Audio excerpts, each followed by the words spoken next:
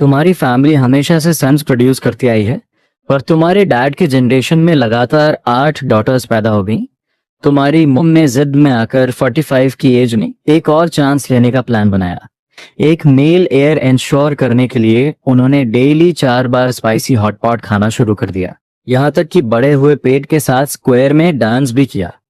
पर अचानक एक फॉर्चून टेलर ने एंट्री मारी और प्रेडिक्ट किया कि ये भी पक्का एक लड़की ही होगी।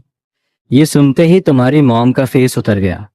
उन्होंने ये प्रेगनेंसी सिर्फ एक सन के लिए प्लान की थी। अगर एक और डॉटर आई तो 9 फेरीज की कास्ट पूरी हो जाएगी। इमोशनली ट्रिगर होकर उन्हें प्रीमेच्योर लेबर स्टार्ट हो गया और इस तरह फैमिली के इकलौते प्रेशियस बॉय यानी तुम्हारा ग्रैंड बर्थ हुआ। और इससे पहले कि तुम एक रिच एयर की लाइफ एंजॉय कर पाते, एक इनफर्टाइल कपल ने तुम्हें सीक्रेटली किडनैप कर लिया। तुम्हारी 8 सिस्टर्स को जैसे ही पता चला कि उनका इकलौता ब्रदर मिसिंग है, उन्होंने अपने सारे कनेक्शंस यूज करके देश भर में तुम्हारी क्रेज सर्चिंग शुरू कर दी। पलक झपकते ही 5 साल गुजर गए। तुम्हारे अडॉप्टिव पेरेंट्स का इनफर्टिलिटी का इशू चमत्कार से सॉल्व हो गया और उनका अपना खुद का चाइल्ड पैदा हो गया। इसके बाद उन्होंने तुम्हें एक कचरे की तरह घर से बाहर निकाल फेंका। होमलेस होकर तुमने एक गार्बेज डंप के पास अपना छोटा सा बेस बना लिया और स्क्रैप्स कलेक्ट करके अपना सर्वाइवल करने लगे। फिर एक दिन तुमने देखा कि कुछ दूरी पर एक माजराती धीरे धीरे आ रही है। तुम्हारी छोटी छोटी टांगें जैसे वहीं फ्रीज हो गई। तुम एक कदम भी आगे नहीं बढ़ा पाए। ड्राइवर अंकल जाओ को लगा कि तुम कोई स्कैमर हो जो एक्सीडेंट का फेक नाटक करेगा। उसने पैनिक में एक्सेलरेटर दबाया और भागने का ट्राई किया। ये देखकर तुम तेजी से भागे और कार के ठीक सामने आकर उसे ब्लॉक कर दिया। तुमने चिल्लाकर कहा कि आगे के ब्रिज टनल में पानी भरा है, वहां से क्रॉस करना बहुत डेंजरस है। कार के अंदर बैठी वुमन ने विंडो से बाहर देखा।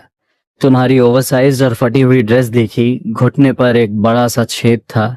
तुम बहुत ही गंदे और छोटे लग रहे थे, लेकिन स्ट्रीट लाइट की येलो ग्लो में तुम्हारी वो शाइनिंग आईज एकदम प्योर और क्लियर लग रही थी। तुम्हारी आंखों में बस एंजाइटी थी और उन्हें देखकर जरा भी नहीं लगा कि तुम झूठ बोल रहे हो। पता नहीं क्यों उस वुमन को तुम्हारे अंदर एक अजीब सी फेमिलियरिटी फील हुई।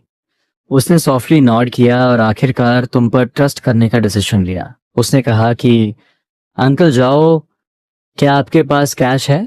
इसे 1000 रुपए दे दो। अंकल जाओ ने तुरंत अपनी पॉकेट से पैसे निकाले और विंडो के गैप से तुम्हें देते हुए कहा कि लिटिल बॉय, आज के लिए तुम्हारा बहुत बहुत थैंक यू। ये हमारी बॉस की तरफ से तुम्हारा रिवॉर्ड है।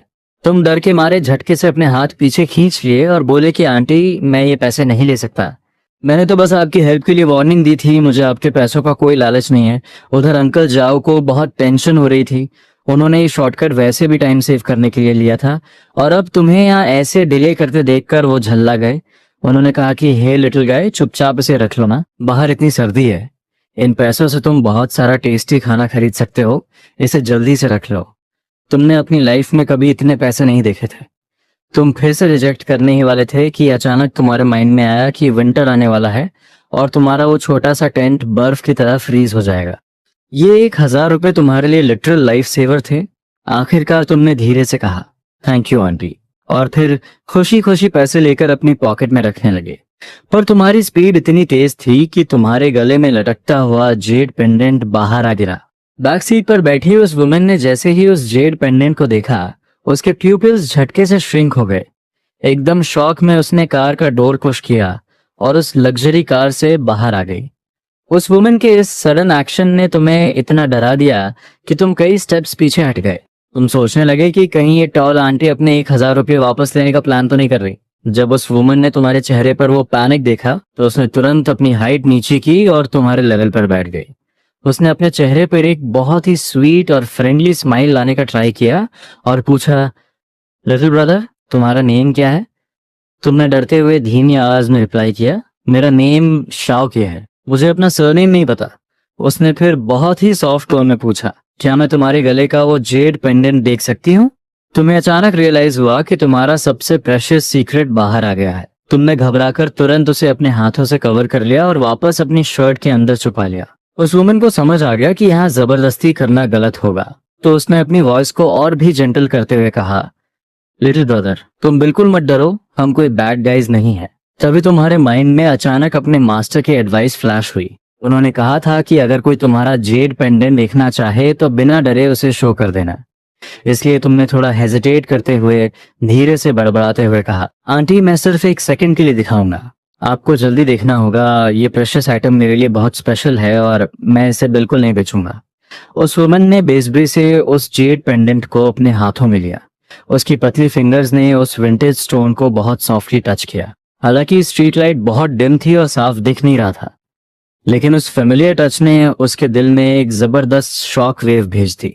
वो अपना एक्साइटमेंट कंट्रोल नहीं कर पाई और तुरंत पूछा, लिटिल ब्रदर, ये जेड पेंडेंट तुम्हें किसने दिया है? तुमने अपनी पलकें झपकाई और बहुत इनोसेंटली जवाब दिया, ये मेरी फैमिली का लास्ट टोकन है जो उन्होंने मेरे लिए छोड़ा था। आंटी आपने इसे बहुत देर तक देख लिया है, अब मुझे जल्दी घर जाना होगा। इतना बोलते ही तुमने झटके से अपना पेंडेंट वापस खींचा और मुड़कर वहां से गायब हो गए। वो वुमन बस स्ट्रीट लाइट के नीचे तुम्हें भागते हुए देखती रह गई। तुम्हारी उस छोटी और कमजोर पीठ पर एक बड़ा सा वोवन बैग लटक रहा था। तुम्हारी उस कमजोर पीठ को देखकर उसके दिल में एक भयानक पेन उठा, जैसे किसी ने चाकू से बार बार वार किया हो। वो फ्राउन करते हुए वापस कार में जाकर बैठ गई। उस जेड पेंडेंट का फील इतना फेमिलियर था। उसने बचपन में अपने ग्रैंडपा के स्टडी रूम में बिल्कुल सेम पीस देखा था। ग्रैंडपा ने बताया था कि वो वैंग फैमिली का अल्टीमेट हेयरलूम है। उन्होंने उसके सिर पर प्यार से हाथ फेरते हुए हंसकर कहा था, सिकी, ये तुम्हारी गलती नहीं कि तुम लड़के नहीं हो, लेकिन ये पेंडेंट मैं तुम्हें नहीं दे सकता। वांग सिक्की को ग्रैंडपा के वो पुराने वर्ड्स याद आए और उसके दिमाग में एक बहुत बड़ा गेस स्ट्राइक किया। इस छोटे लड़के की एज, कहीं ये उसका वो खोया हुआ सगा ब्रदर तो नहीं? उसने तुरंत अपना फोन निकाला और एक कॉल डायल किया। हेलो, नॉर्थ सिटी में रहने वाले एक छोटे लड़के की डिटेल चेक करो। वो एक लिटिल बेगर जैसा दिखता है, अराउंड 6-7 साल का है। मुझे कल दोपहर से पहले हर हाल में रिजल्ट चाहिए।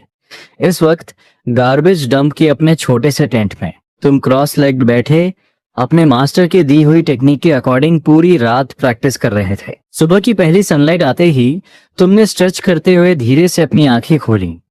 तुम्हें जरा भी थकावट फील नहीं हो रही थी, बल्कि पूरी बॉडी में एक फ्रेश एनर्जी दौड़ रही थी। तुम्हारा माइंड एकदम शार्प और क्लियर हो गया था। तुम्हें बिल्कुल आइडिया नहीं था कि इस वक्त तुमने सक्सेसफुली ची कंडेंसेशन के इनिशियल स्टेज में एंट्री मार ली है। एक बहुत ही स्ट्रॉन्ग स्पिरिचुअल एनर्जी चुपचाप तुम्हारी पूरी बॉडी को अपग्रेड कर रही थी। जल्दी ही तुमने नोटिस किया कि तुम्हारी बॉडी पर कोई काली और चिपचिपी चीज लगी है। वो इतनी स्टिकी और स्मेली थी कि तुम्हें खुद से घिन आने लगी। तुमने सोचा कि मुझे इसे तुरंत धोना पड़ेगा, इसलिए तुम एक बेसिन उठाकर अपने टेंट से बाहर भागे ताकि पास के टैप से पानी लेकर नहा सको। तुम कुछ ही दूर गए थे कि तुमने देखा कई गाड़ियां गार्बेज डंप के एज पर आकर रुकी। फिर उन कार्स में से एक ग्रुप बाहर निकला और सीधा तुम्हारी तरफ आने लगा। तुम वहीं फ्रीज हो गए।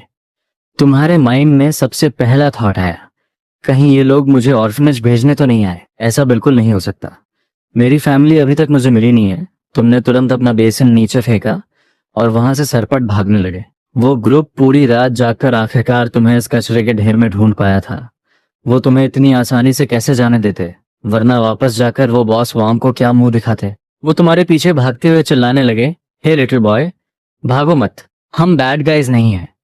हमने सुना है तुम्हारे पास एक जेड पेंडेंट है, हम बस उसे एक बार देखना चाहते हैं। तुम बिल्कुल मत डरो। तुमने पीछे मुड़कर देखा तो एक अंकल हाफते हुए तुम्हारे पीछे दौड़ रहे थे। उनकी आंखों में एक अजीब सी डेस्परेशन थी, जिसे देखकर तुम बहुत हेल्पलेस फील करने लगे। कल रात उस आंटी ने वो जेड पेंडेंट देखा था और आज फिर से एक पूरी टीम इसे देखने आ गई।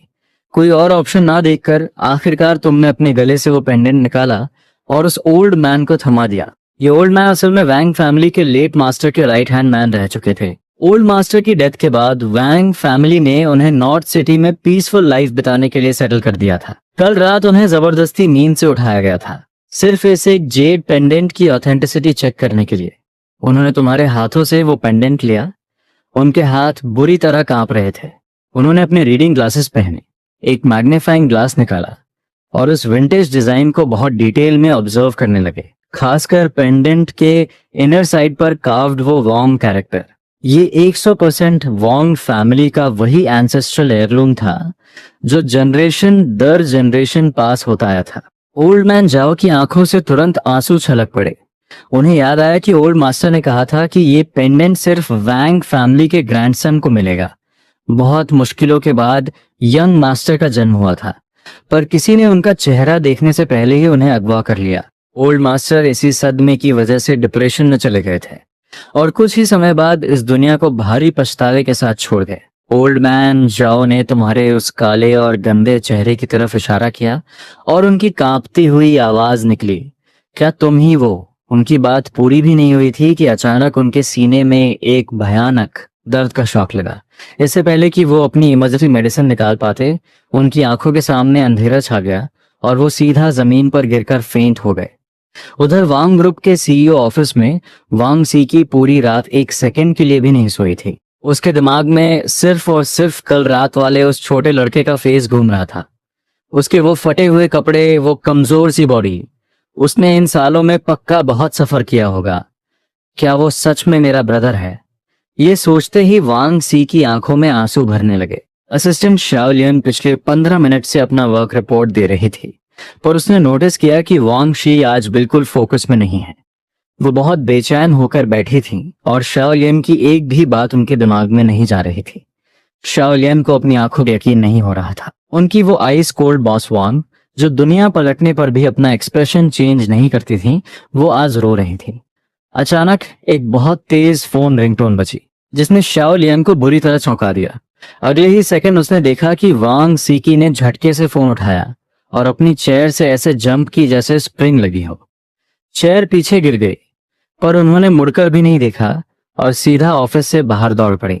फोन पर सुनी गई उस एक लाइन ने यंग मास्टर मिल गए हैं उनका पूरा सिस्टम हिलाकर रख दिया था। कार में बैठने के बाद भी वांग सीकी की हार्टबीट इतनी फास्ट थी जैसे सीने से बाहर आ जाएगी। वो खुद को काम डाउन ही नहीं कर पा रही थी। उन्होंने कुछ सेकंड सोचा और फैमिली ग्रुप चैट में बस एक मैसेज ड्रॉप किया, ब्रदर मिल गया है, और फिर अपना फोन स्विच ऑफ कर दिया। इस वक्त उनके ब्रदर की प्रायोरिटी दुनिया में सबसे ऊपर थी। वांग सीकी नहीं चाहती थी कि कोई भी यूजलेस चीज उन्हें डिस्ट्रैक्ट करे। वो अपने ब्रदर को वापस लाने जा रही थी। इस बीच तुम अभी भी इतने इनोसेंट थे कि तुम्हें लगा इन लोगों को पेंडेंट दिखाने के बाद ये चुपचाप चले जाएंगे।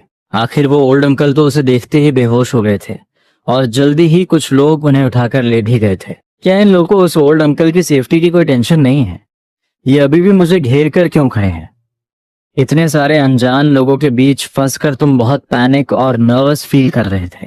तुमने अपने सीने पर लटके पेंडेंट को दोनों हाथों से टाइट पकड़ा और डरते हुए पूछा, अंकल्स क्या मैं अब जा सकता हूँ? मुझे अपने बहुत सारे काम करने हैं। उनमें से एक ने कहा, यंग मास्टर आप अभी नहीं जा सकते, हमारे बॉस वाइन बस पहुंचने ही वाले हैं। अचानक इन्होंने मुझे यंग मास्टर क्यों बुलाना शुरू कर दिया, और ये बॉस वाइन कौन है? तुम पूरी तरह कंफ्यूज हो गए थे और तुम्हें कुछ समझ नहीं आ रहा था। तभी अचानक एक स्पोर्ट्स कार के इंजन की जबरदस्त रोरिंग साउंड ने सन्नाटा चीर दिया। एक बेहद कूल लग्जरी कार सीधा उस गार्बेज डंप के अंदर आकर रुकी। तो बहुत क्यूरियोसिटी से देख रहे थे क्योंकि तुम्हें घेर कर खड़े वो सारे अंकल्स अचानक पागलों की तरह उस कार की तरफ दौड़ पड़े। सब एक दूसरे को पुश करके कार का डोर खोलने की रेस लगा रहे थे। तुमने दूर से देखा कि जो इंसान कार से उतरा वो और कोई नहीं बल्कि वही आंटी थी जिन्होंने कल रात तुम्हें 1000 रुपए दिए थे। उनका पोस्चर एकदम टॉल और कॉन्फिडेंट था। उन्होंने एक परफेक्ट फिटिंग वाला व्हाइट सूट पहना था और पैरों में शाइनिंग ब्लू क्रिस्टल हील्स थी। वो बेहद एलिगेंट और स्टनिंग लग रही थी। उनके हर मूवमेंट में एक नेचुरल रॉयल वाइब थी। उनका फेस इतना फ्लॉलेस था कि तुम उनसे नजरें भी नहीं मिला पा रहे थे। कल रात अंधेरे में तुमने ठीक से नहीं देखा था। तुम्हें बिल्कुल आइडिया नहीं था कि ये आंटी इतनी खूबसूरत है। ओह नो, ये आंटी सीधे मेरी तरफ क्यों आ रही है? तुम्हारे अंदर अचानक एक स्ट्रॉन्ग इंफीरियोरिटी कॉम्प्लेक्स छा गया। तुम्हारा मन किया कि अभी कोई गड्ढा मिले और तुम उसमें छुप जाओ। वांग सी की बहुत तेजी से तुम्हारे सामने आकर खड़ी हो गई। उनकी आंखों में इंटेंस इमोशंस भरे थे, एक गहरा पेन और बेहद वार्मथ। अपने भाई को ये उनकी दूसरी विजिट थी। पर कल रात की फीलिंग आज जितनी रियल नहीं थी। आज मेरा ब्रदर कल से भी ज्यादा गंदा क्यों लग रहा है? बिल्कुल एक लिटिल मेसी पपी की तरह जिसकी आंखें चमक रही हों। वांग सीकी को लगा जैसे किसी ने उनके सीने में फिर से एक बड़ा सा चाकू घोंप दिया हो। उनकी आंखें तुरंत लाल हो गईं।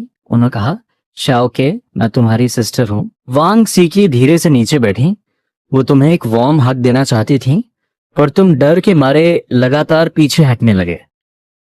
तुमने पैनिक होकर चिल्लाया, आंटी मेरे पास मत आना, प्लीज मेरे पास मत आना, मैं बहुत गंदा हूं और आप एक फेरी की तरह बिल्कुल क्लीन हो, आप पक्का मुझसे हेट करोगी। स्ट्रीट पर जितने भी रिच लोग होते हैं वो सब मुझे बहुत नापसंद करते हैं। अपने ब्रदर को खुद को रिजेक्ट करते देख वांग सी का हार्ट टूट गया।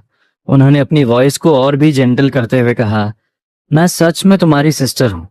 तुम्हारा नाम वांग के है। 6 साल पहले मॉम ने तुम्हें साउथ हॉस्पिटल में जन्म दिया था, पर उस वक्त सिचुएशन बहुत क्रिटिकल थी और तुम्हारे पैदा होते ही कोई तुम्हें वहां से चुरा ले गया। जब तक हम हॉस्पिटल पहुंचते बहुत देर हो चुकी थी। तुम्हारे उस जेड पेंडेंट पर जो वॉन्ग कैरेक्टर कार्व्ड है वो ग्रैंडपा ने स्पेशली तुम्हारे लिए छोड़ा था, क्योंकि तुम वॉन्ग फैमिली के डायरेक्ट एल्डेस्ट ग्रैंडसन हो। ये वैंग फैमिली का अल्टीमेट एयरलूम है और रूल के अकॉर्डिंग ये सिर्फ ग्रैंडसन को ही पास होता है। एक साथ इतनी सारी इंफॉर्मेशन तुम्हारे दिमाग में ब्लास्ट हुई कि तुम पूरी तरह सुन्न पड़ गए। लेकिन जब तुमने उनकी आंखों में देखा तो वो बिल्कुल तुम्हारे मास्टर जैसी केयर और प्यार से भरी हुई थी। तुमने उनकी बातों पर ट्रस्ट करने का डिसीजन लिया। मतलब जिस ब्यूटीफुल औरत को मैं अब तक आंटी बुला रहा था वो सच में मेरी सगी सिस्टर है। तुम बहुत देर तक शॉक में खड़े रहे और फिर आखिरकार शर्माते हुए एक छोटी सी आवाज निकाली, सिस्टर। इस एक सिस्टर वर्ड ने वॉन्ग सीकी का दिल इंस्टेंट मेल्ट कर दिया। उन्होंने पीछे मुड़कर अपने सबॉर्डिनेट्स को ऑर्डर दिया, तुम सब लोग अभी यहां से निकलो। उन्हें डर था कि इन बॉडीगार्ड्स का वो डेंजरस लुक कहीं उनके भाई को और न डरावे। फिर उन्होंने प्यार से पूछा, शाओके, अब सिस्टर के साथ घर चलोगे? तुमने जवाब दिया, मैं अभी आपके साथ नहीं जा सकता। मैंने अभी तक बात नहीं लिया है और मैंने अभी तक कुछ खाया भी नहीं है। खासकर वो लास्ट लाइन, मैंने अभी तक कुछ खाया भी नहीं है। ये सुनकर वांग सी का दिल दर्द से तड़प उठा। उन्होंने तुम्हारे गंदे और छोटे हाथों को अपने हाथ में लिया और कहा, चलो, सिस्टर पहले तुम्हें खाना खिलाने ले जाएगी, फिर हम घर जाकर आराम से बात लेंगे। तुमने डरते हुए उनकी तरफ देखा और पूछा, सिस्टर, क्या मैं अपने फ्रेंड शाओडो को साथ ले जा सकता हूँ? और मेरे पास और भी बहुत सारे ट्रेजर्स हैं जिन्हें मुझे पैक करना है। वांग शीक ने पूछा, शाओडो कौन है? क्या तुम सिस्टर को उससे मिलवा सकते हो?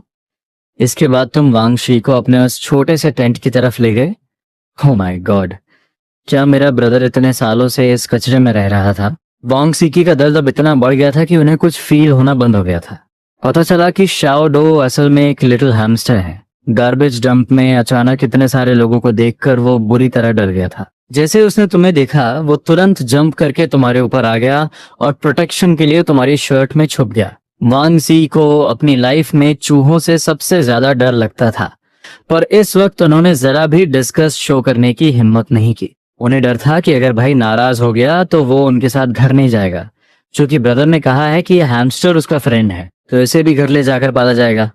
आखिर में तुमने सिर्फ उस हैमस्टर को ही नहीं लिया, बल्कि बॉडीगार्ड से कहकर अपने टेंट का सारा स्क्रैप और कबाड़ भी पैक करवा लिया।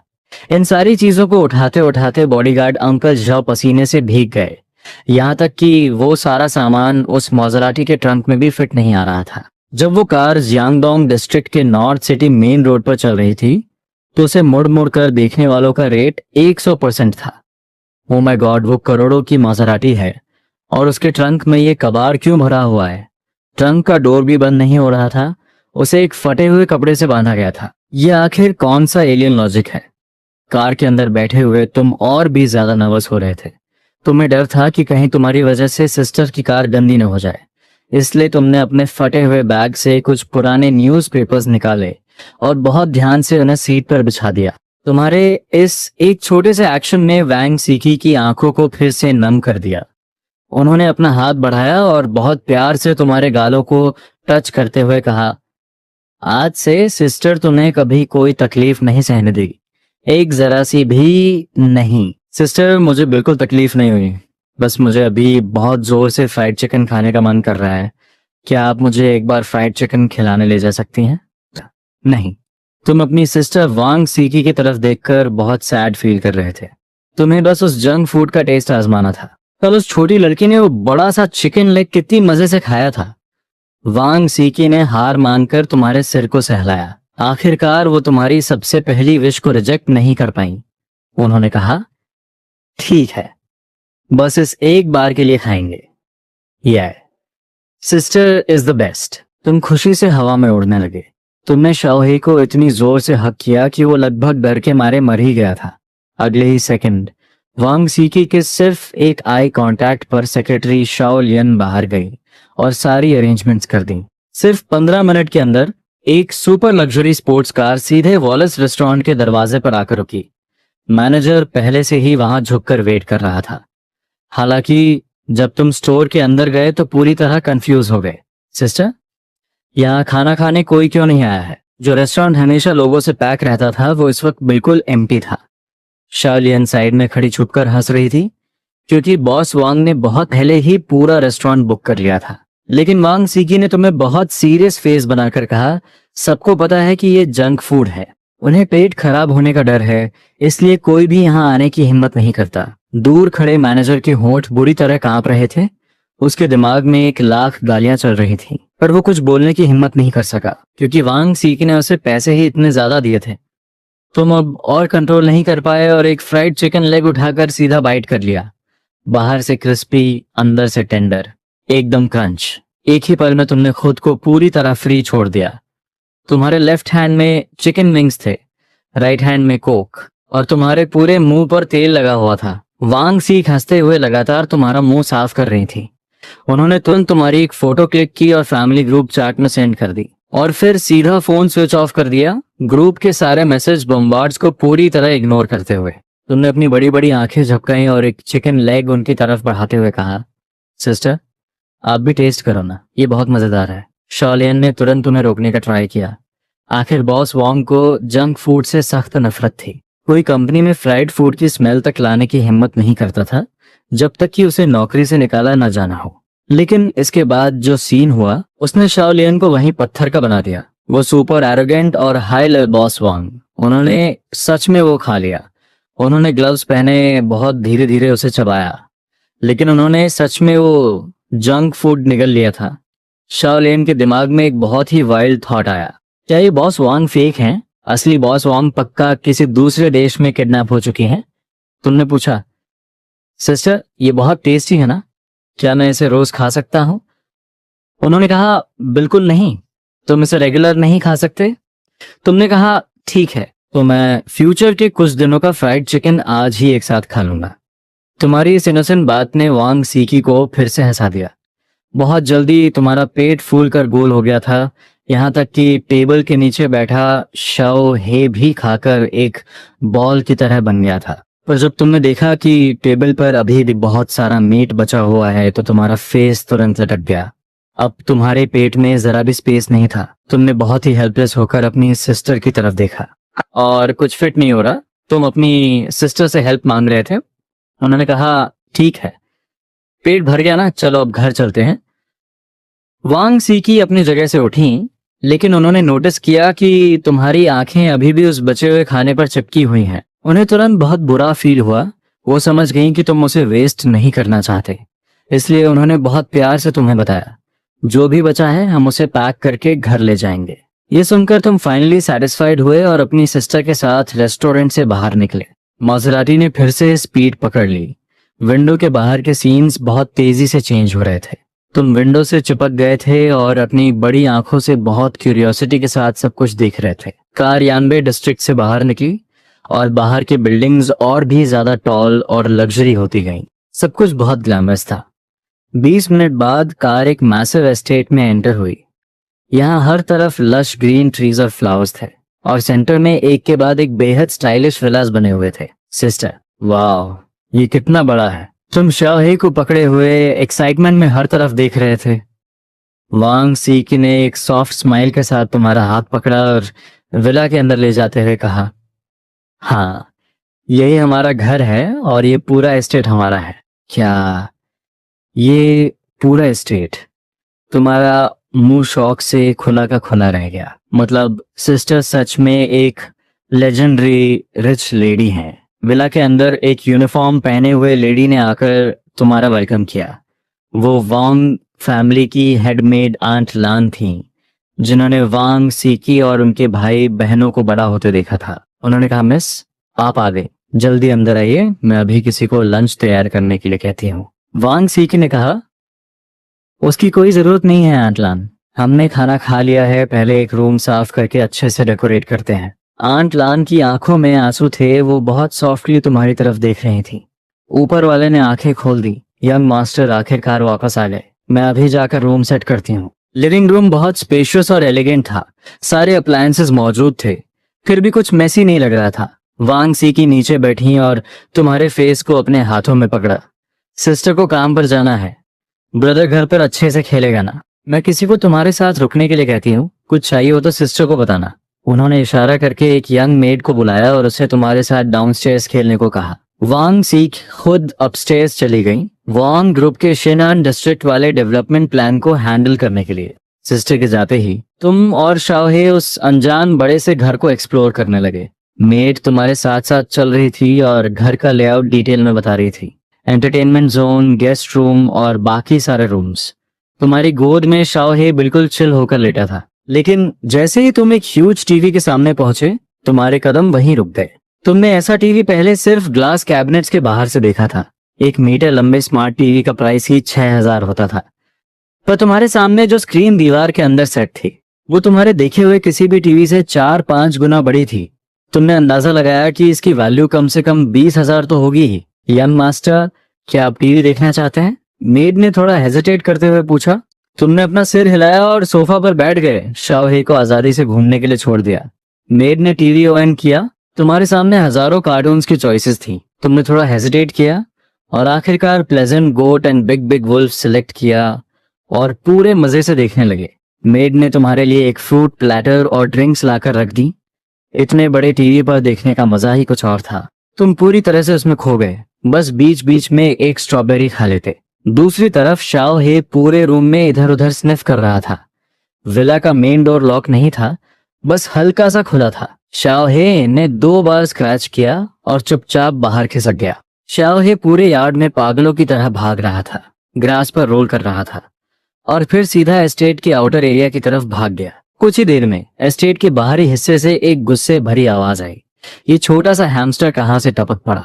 झाड़ू लगा रहे एक आदमी ने बहुत डिस्गस्ट के साथ कॉर्नर में मिट्टी खोदते हुए शाओहे को देखा। उसने लॉन में एक गड्ढा कर दिया था। ये कितना इरिटेटिंग है। वो आदमी गुस्से में भड़क कर दौड़ा और शाओहे को पकड़ने का ट्राई करने लगा। शाओहे के पैर भले ही छोटे थे, पर उसकी स्पीड इतनी तेज थी कि एक बड़ा आदमी भी उसे कैच नहीं कर पा रहा था। मरियल चूहे, एक बार मेरे हाथ आ जा, तेरी चमड़ी उधेड़ दूंगा। काफी देर भागने के बाद शाओहे एक डेड एंड में फंस गया और आखिरकार पकड़ा गया। भागना, तेरी छोटी टांगें बहुत तेज चल रही थी ना, अब क्यों नहीं भाग रहा? वो आदमी बुरी तरह हाँफ रहा था। उसने शाओहे की दोनों टांगें पकड़ी और सीधा एस्टेट के गेट की तरफ बढ़ने लगा। उसके मन में बस एक ही ख्याल था, इस जानवर को यहाँ से बहुत दूर फेंकना होगा। वो प्लान बना रहा था कि वापस आकर पूरे एस्टेट की बाउंड्री चेक करेगा कि आखिर ये हैमस्टर अंदर कहाँ से घुसा। लेकिन जैसे ही वो गेट के पास पहुंचा, उसने आंट लान को देखा। आंट लान मेड्स को बॉक्सेस अंदर लाने के लिए इंस्ट्रक्ट कर रही थी, टॉयज और बच्चों का बहुत सारा सामान। हेलो आंट लान, उस आदमी ने ग्रीट किया। आंट लान ने मुड़कर देखा। उनकी नजर उसके हाथ में लटकते हुए हैमस्टर पे पड़ी। उन्होंने कैजुअली पूछा, शाओ लियू, क्या बात है, इतना थके हुए क्यों लगे हो? कहीं गिर गए थे क्या? कुछ नहीं, एस्टेट में एक हैमस्टर घुस आया था, मैं बस इसे बाहर फेंकने जा रहा था ताकि मिस डिस्टर्ब ना हो। आंट लान ने झटके से बाहर जा रहे शाओ लियू को रोका। हैमस्टर, उनकी आंखें फटी की फटी रह गईं। ये हैमस्टर यंग मास्टर का, क्या ये हैमस्टर यंग मास्टर का नहीं है? तुमने इसे क्यों पकड़ा है? शाओ लियू के तो होश ही उड़ गए। उसे पता था कि यंग मास्टर वापस आए हैं, उसे तो 500 का बोनस भी मिला था, पर किसी ने ये नहीं बताया था कि यंग मास्टर अपने साथ एक हैमस्टर भी लाए हैं। आंट लान ने तुरंत शाओहे को अपने हाथों में लिया और उसके सिर को सॉफ्टली थपथपाया। फिर बेहद कोल्ड वॉइस में बोली, तुम इसे बाहर फेंकना चाहते थे। मुझे तो लग रहा है कि तुम खुद यहाँ से बाहर फेंके जाना चाहते हो। अगर यंग मास्टर को गुस्सा आ गया और ऊपर से ऑर्डर्स आ गए, तो क्या तुम इसका रिस्पॉन्सिबिलिटी ले पाओगे? शाओ लियू के माथे से ठंडे पसीने छूटने लगे। वो महीने के लाखों कमाने वाली अपनी जॉब बस गंवाने ही वाला था। उसने तुरंत सिर झुकाकर माफी मांगी और घबराते हुए एक्सप्लेन किया कि उसे कुछ नहीं पता था। नतीजा, शाओ लियू के रोते हुए 1,000 रुपए सैलरी से कट गए। भाई लोग, कोई समझेगा मेरी बात? आज मुझे एक चूहे ने बुली कर दिया। शाओ लियू मुंह लटकाए वापस उस लॉन का गड्ढा भरने चला गया। 2 घंटे बाद तुम टीवी देखकर थक चुके थे। तभी आंट लान शाओ हे को गोद में लिए हुए तुम्हारे पास आई। यंग मास्टर, आपका रूम रेडी हो गया है, मेरे साथ चलकर देख लीजिए। हालांकि ये यंग मास्टर टाइटल तुम्हें थोड़ा अजीब लग रहा था, पर तुमने उसे एक्सेप्ट कर लिया। थैंक यू आंट लान, तुमने अपनी स्वीट और इनोसेंट आवाज में कहा। आंट लान का दिल तो जैसे मेल्ट ही हो गया। आखिर उम्र के इस पड़ाव पर उन्हें बच्चे बहुत प्यारे लगते थे। तुम आंट लान के पीछे पीछे सेकेंड फ्लोर पर गए। उन्होंने कॉरिडोर के एंड वाले रूम की तरफ इशारा करते हुए कहा, वो तुम्हारा रूम है। आंट लान बहुत पेशेंस के साथ बाकी रूम्स भी इंट्रोड्यूस कर रही थी। फिर उन्होंने एक बंद दरवाजे की तरफ इशारा किया। ये रूम यंग मास्टर के मॉम डैड का है। मिस का रूम 3rd फ्लोर पर है। तुमने पूछा, मॉम डैड घर पे नहीं है? वो कहाँ गए हैं? तुम्हें अचानक अंदर से बहुत खालीपन फील हुआ। तुमने बचपन से अपने पेरेंट्स को नहीं देखा था। तुम उनसे मिलना भी चाहते थे और डरते भी थे कि कहीं वो तुम्हें नापसंद न करें। मास्टर और मैडम नॉर्थ एरिया में कुछ बिजनेस हैंडल कर रहे हैं। वो काफी लंबे टाइम तक घर नहीं आ पाएंगे। आंट लान ने बहुत कामली कहा। पर उन्होंने तुम्हें ये नहीं बताया कि तुम्हारे डैड असल में नॉर्थ के वॉर जोन में रेबेलियन को क्रश कर रहे हैं और वहां की सिचुएशन बहुत टेंस है। आंट लान ने दरवाजा खोला। एक बेहद खूबसूरत किड्स रूम तुम्हारी आंखों के सामने था। सारे लग्जरी फर्नीचर मौजूद थे, खासकर वो पूरी दीवार पर सजा टॉयज का डिस्प्ले। वो किसी भी लड़के के लिए एक ड्रीम पैराडाइज था। रूम का बेड बहुत बड़ा और सॉफ्ट था। ब्लैंकेट पर प्यारे कार्टून प्रिंट्स थे। वाओ! तुम एक्साइटमेंट में सीधा बेड पर कूद पड़े। ये इतना बाउंसी और सॉफ्ट था। ब्रिज के नीचे वाली उस टूटी खटिया से तो लाख गुना बेटर था। स्मार्ट एसी 24 आवर्स ऑन रहता था। टेम्परेचर एकदम परफेक्ट था। यंग मास्टर, क्या आप सेटिस्फाइड हैं? कुछ भी चाहिए हो तो बेझिझक आंट लान को बताना। मैं सेटिस्फाइड हूँ। थैंक यू आंट लान। क्या मैं थोड़ी देर सो सकता हूँ? मुझे बहुत नींद आ रही है। तुम्हारी आंखें भारी हो रही थी। ठीक है यंग मास्टर, आराम से रेस्ट कीजिए। कोई भी जरूरत हो तो बेड के पास वाला बटन प्रेस कर देना। आंट लान आ जाएंगे। आंट लान ने मुस्कुराते हुए दरवाजा बंद किया। कितना प्यारा बच्चा है। जैसे ही आंट लान बाहर गई, तुमने तुरंत अपने जूते उतारे और बेड पर क्रॉस लेग बैठ गए। आज सुबह से ही तुम्हें लग रहा था कि तुम्हारे माइंड में कुछ अजीब सी मूवमेंट हो रही है। अब जब तुम फाइनली अकेले थे तो तुमने सोचा कि इसे एक्सप्लोर किया जाए। ची कंडेंसेशन स्टेज में एंट्री के बाद सिर्फ तुम्हारी फिजिकल स्ट्रेंथ ही अपग्रेड नहीं हुई थी, बल्कि अब तुम अपने सी ऑफ कॉन्शियसनेस में भी एंटर कर सकते थे। सी ऑफ कॉन्शियसनेस एक इंसान का स्पिरिचुअल माइंड स्पेस जहां नॉर्मल लोग एंटर ही नहीं कर सकते। तुम्हारा ये mind space around 20 square metres का था। उसके बिल्कुल सेंटर में 6 ग्लोइंग एनर्जी बॉल्स फ्लोट कर रही थी और साथ ही एक रिंग भी थी। मेरे प्यारे डिसाइपल मास्टर, तुम खुशी से चिल्ला उठे। उस स्पेस में चारों तरफ से मास्टर की आवाज गूंज रही थी। तुम कई बार घूमे पर तुम्हें कोई दिखा नहीं। डिसाइपल, जब तुम इस सी ऑफ कॉन्शियसनेस में एंटर करोगे तो तुम्हें मेरे छोड़े हुए गिफ्ट्स मिल जाएंगे। अच्छे से प्रैक्टिस करना, मुझे निराश मत करना।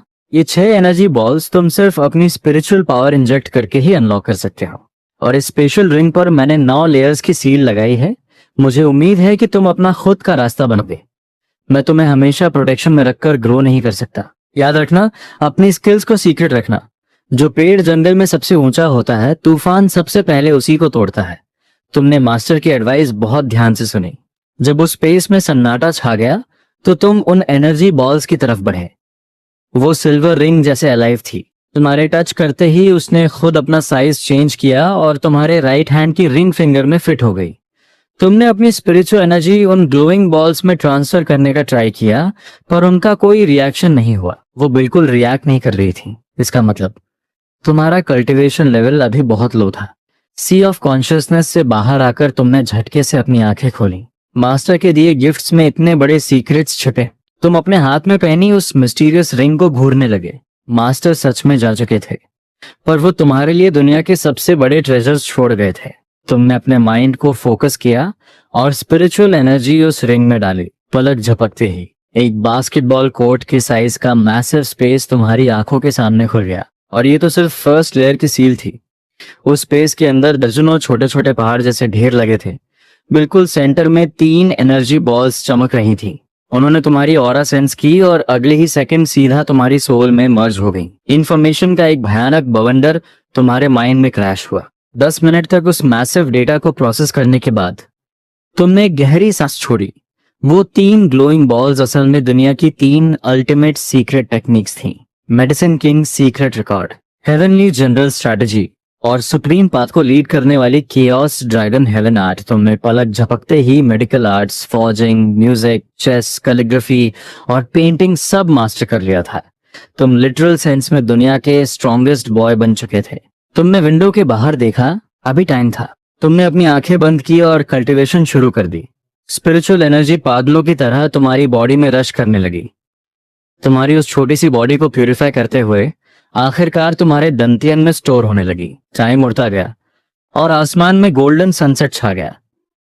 तुमने कल्टीवेशन रोकी। सिर्फ कुछ ही घंटों में तुम्हारी एनर्जी, स्पिरिट और फोकस अपने एब्सोल्यूट पीक पर पहुंच चुके थे। तुमने खुद को थोड़ा सेट किया, बेड से जंप मारी और स्टडी टेबल के पास जाकर कुछ सेकंड के लिए गहरे थॉट में डूब गए। तुमने एक पेन उठाया और एक सांस में तेजी से कुछ वर्ड्स लिख दिए। मास्टर ने दुनिया की हर स्क्रिप्ट और हैंड राइटिंग तुम्हारी मेमोरी में फीड कर दी थी, यहाँ तक कि सीक्रेट टेक्निक्स भी। लेकिन ये सब लिखने के बाद तुम फिर से टेंशन में आ गए। इस स्पीड से कल्टीवेशन बहुत स्लो हो रही थी। की कंडेंसेशन के मिडिल स्टेज तक पहुंचने में तुम्हें कम से कम आधा महीना लग जाता। तुम्हारी मेमोरी के अकॉर्डिंग पिल्स से कल्टीवेशन को बूस्ट किया जा सकता था। तुमने एक ची कंडेंसेशन पिल की रेसिपी लिखी। सारे हर्ब्स तो तुम्हारी स्टोरेज रिंग में ही मौजूद थे, लेकिन एल्केमी के लिए पिल फर्नेस की जरूरत होती है। अब वो चीज मैं कहां से लाऊं? तुम अपना सिर पकड़कर उदास बैठे थे। क्या मुझे खुद एक फर्नेस बनाना पड़ेगा? तुम इसी भारी टेंशन में थे कि अचानक तुम्हारे दरवाजे पर नॉक हुआ। यंग मास्टर, डिनर का टाइम हो गया है। यंग मास्टर, डिनर का टाइम हो गया है, मेरे साथ नीचे चलिए। तुमने दरवाजा खोला और चुपचाप आंट लान के साथ डाउनस्टेयर्स आ गए। इतनी देर कल्टीवेशन करने के बाद तुम्हें बहुत तेज भूख लगी थी। हालांकि तुम्हारी मेमोरी बता रही थी कि फाउंडेशन एस्टैब्लिशमेंट स्टेज पर पहुंचने के बाद तुम्हें खाने पीने की जरूरत नहीं पड़ेगी, पर वो तो फ्यूचर की बात थी। अभी तो तुम्हें बस अपना पेट भरना था। जब तुम डाउनस्टेयर्स पहुंचे, वांग सी की पहले से ही डाइनिंग टेबल पर बैठी थी। कंपनी का काम खत्म करने के बाद उनके खूबसूरत फेस पर थकान साफ दिख रही थी, और तुम्हें नीचे आते देख वो तुरंत एक्टिव हो गई और तुम्हें खींचकर अपने बगल में बैठा लिया। डाइनिंग टेबल इतना मैसिव था कि उस पर 20 लोग आराम से बैठ सकते थे। टेबल पर दर्जनों डिशेस सजी थीं। Braised pork ribs, sweet and sour carp, spicy chicken, home style tofu. तुम पूरी तरह शॉक में थे। घर वापसी के पहले ही दिन क्या सिस्टर तुम्हें इतना खिलाकर मार डालना चाहती हैं? सिस्टर, क्या आप मुझे खाना खिलाकर फोड़ना चाहती हो? सिस्टर, मैं इतना सारा नहीं खा पाऊंगा। तुमने वांग सी के कपड़े का कोना पकड़ा और अपनी बड़ी बड़ी इनोसेंट आंखें झपकाईं। वांग सी हंसते हंसते पागल हो गई। उन्होंने फिश का एक पीस तुम्हारे बोल में रखा और बोली, सिली बॉय, मैंने तुम्हें ये सब खाने को नहीं कहा है, बस उतना खाओ जिससे तुम्हारा पेट भर जाए। तुमने बहुत कंफ्यूजन के साथ पूछा, तो जो बच जाएगा उसका क्या होगा? क्या हम उसे फेंक देंगे? वांग सीकी ने तुरंत एक्सप्लेन किया, बचे हुए खाने को साफ करने के लिए लोग हैं, कुछ वेस्ट नहीं होगा। आखिरकार तुम्हारे दिल को सुकून मिला और तुम्हारी भूख पूरी तरह खुल गई। कुछ डिशेस टेस्ट करने के बाद तुम रुक ही नहीं पाए। बहुत जल्दी तुम्हारा पेट फुल हो गया। तुम्हारे लिए खाना खाना दुनिया की सबसे बड़ी खुशी थी। इस पूरे टाइम वांग सीकी ने मुश्किल से कुछ बाइट्स ही खाए होंगे। वो बस तुम्हें बहुत प्यार से खाले हुए देख रही थी। लिटिल ब्रदर, क्या तुम्हारे 6th बर्थडे में सिर्फ 3 महीने बचे हैं? तुमने अपना गोल मटोल पेट सहलाया और सोचने लगे, तुम्हारा बर्थडे कब आता है? बर्थडे पर क्या करते हैं? तुमने लाइफ में कभी अपना बर्थडे सेलिब्रेट नहीं किया था।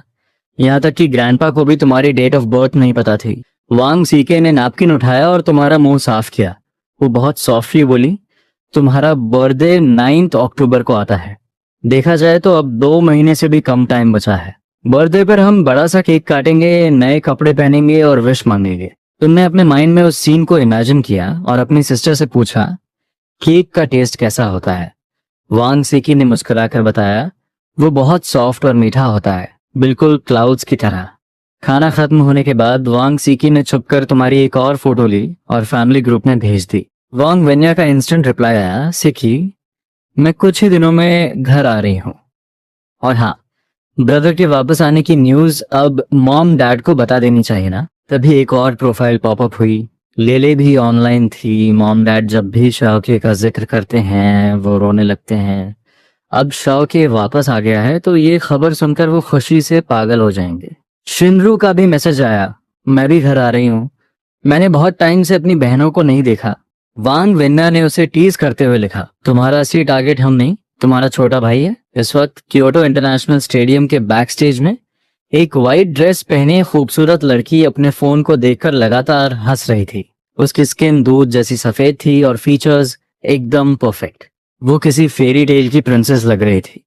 वो कोई और नहीं, नेशनल वाइफ के नाम से मशहूर, वीबो पर सबसे ज्यादा फॉलोअर्स वाली सुपरस्टार थी।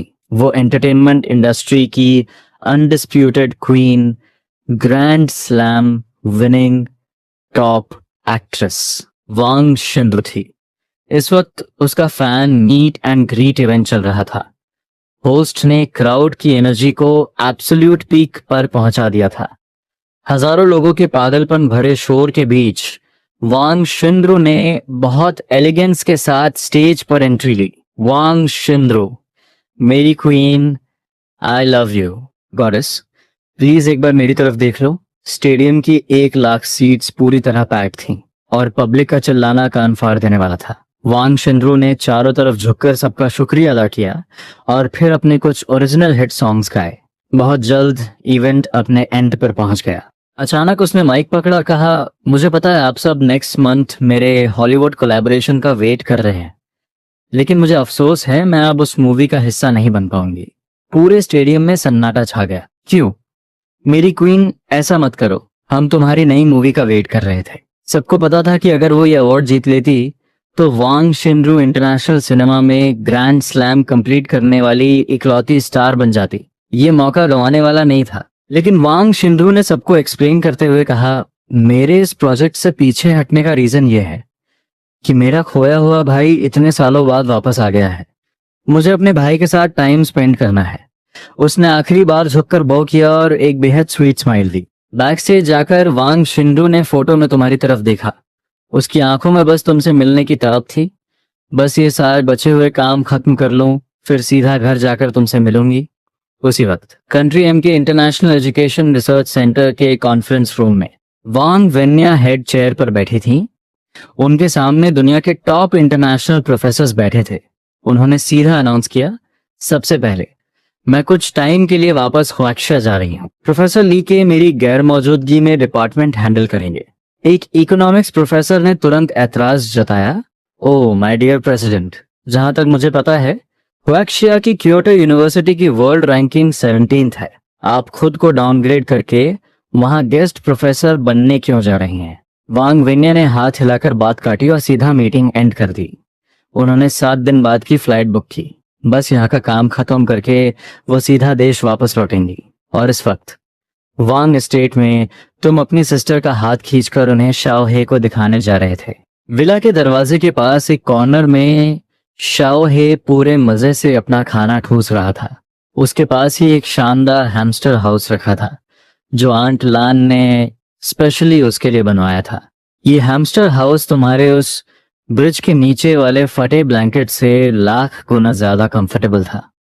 ये सिर्फ हवा और बारिश से ही नहीं बचाता था, बल्कि इसके अंदर सॉफ्ट कुशन्स और एक मिनी एसी भी लगा था। शाओ हे के साथ थोड़ी देर खेलने के बाद वांग सी की तुम्हें वापस रूम में ले आई। उन्होंने तुम्हें कुछ गाइडलाइंस दी और फिर बात लेने अपस्टेयर्स चली गई।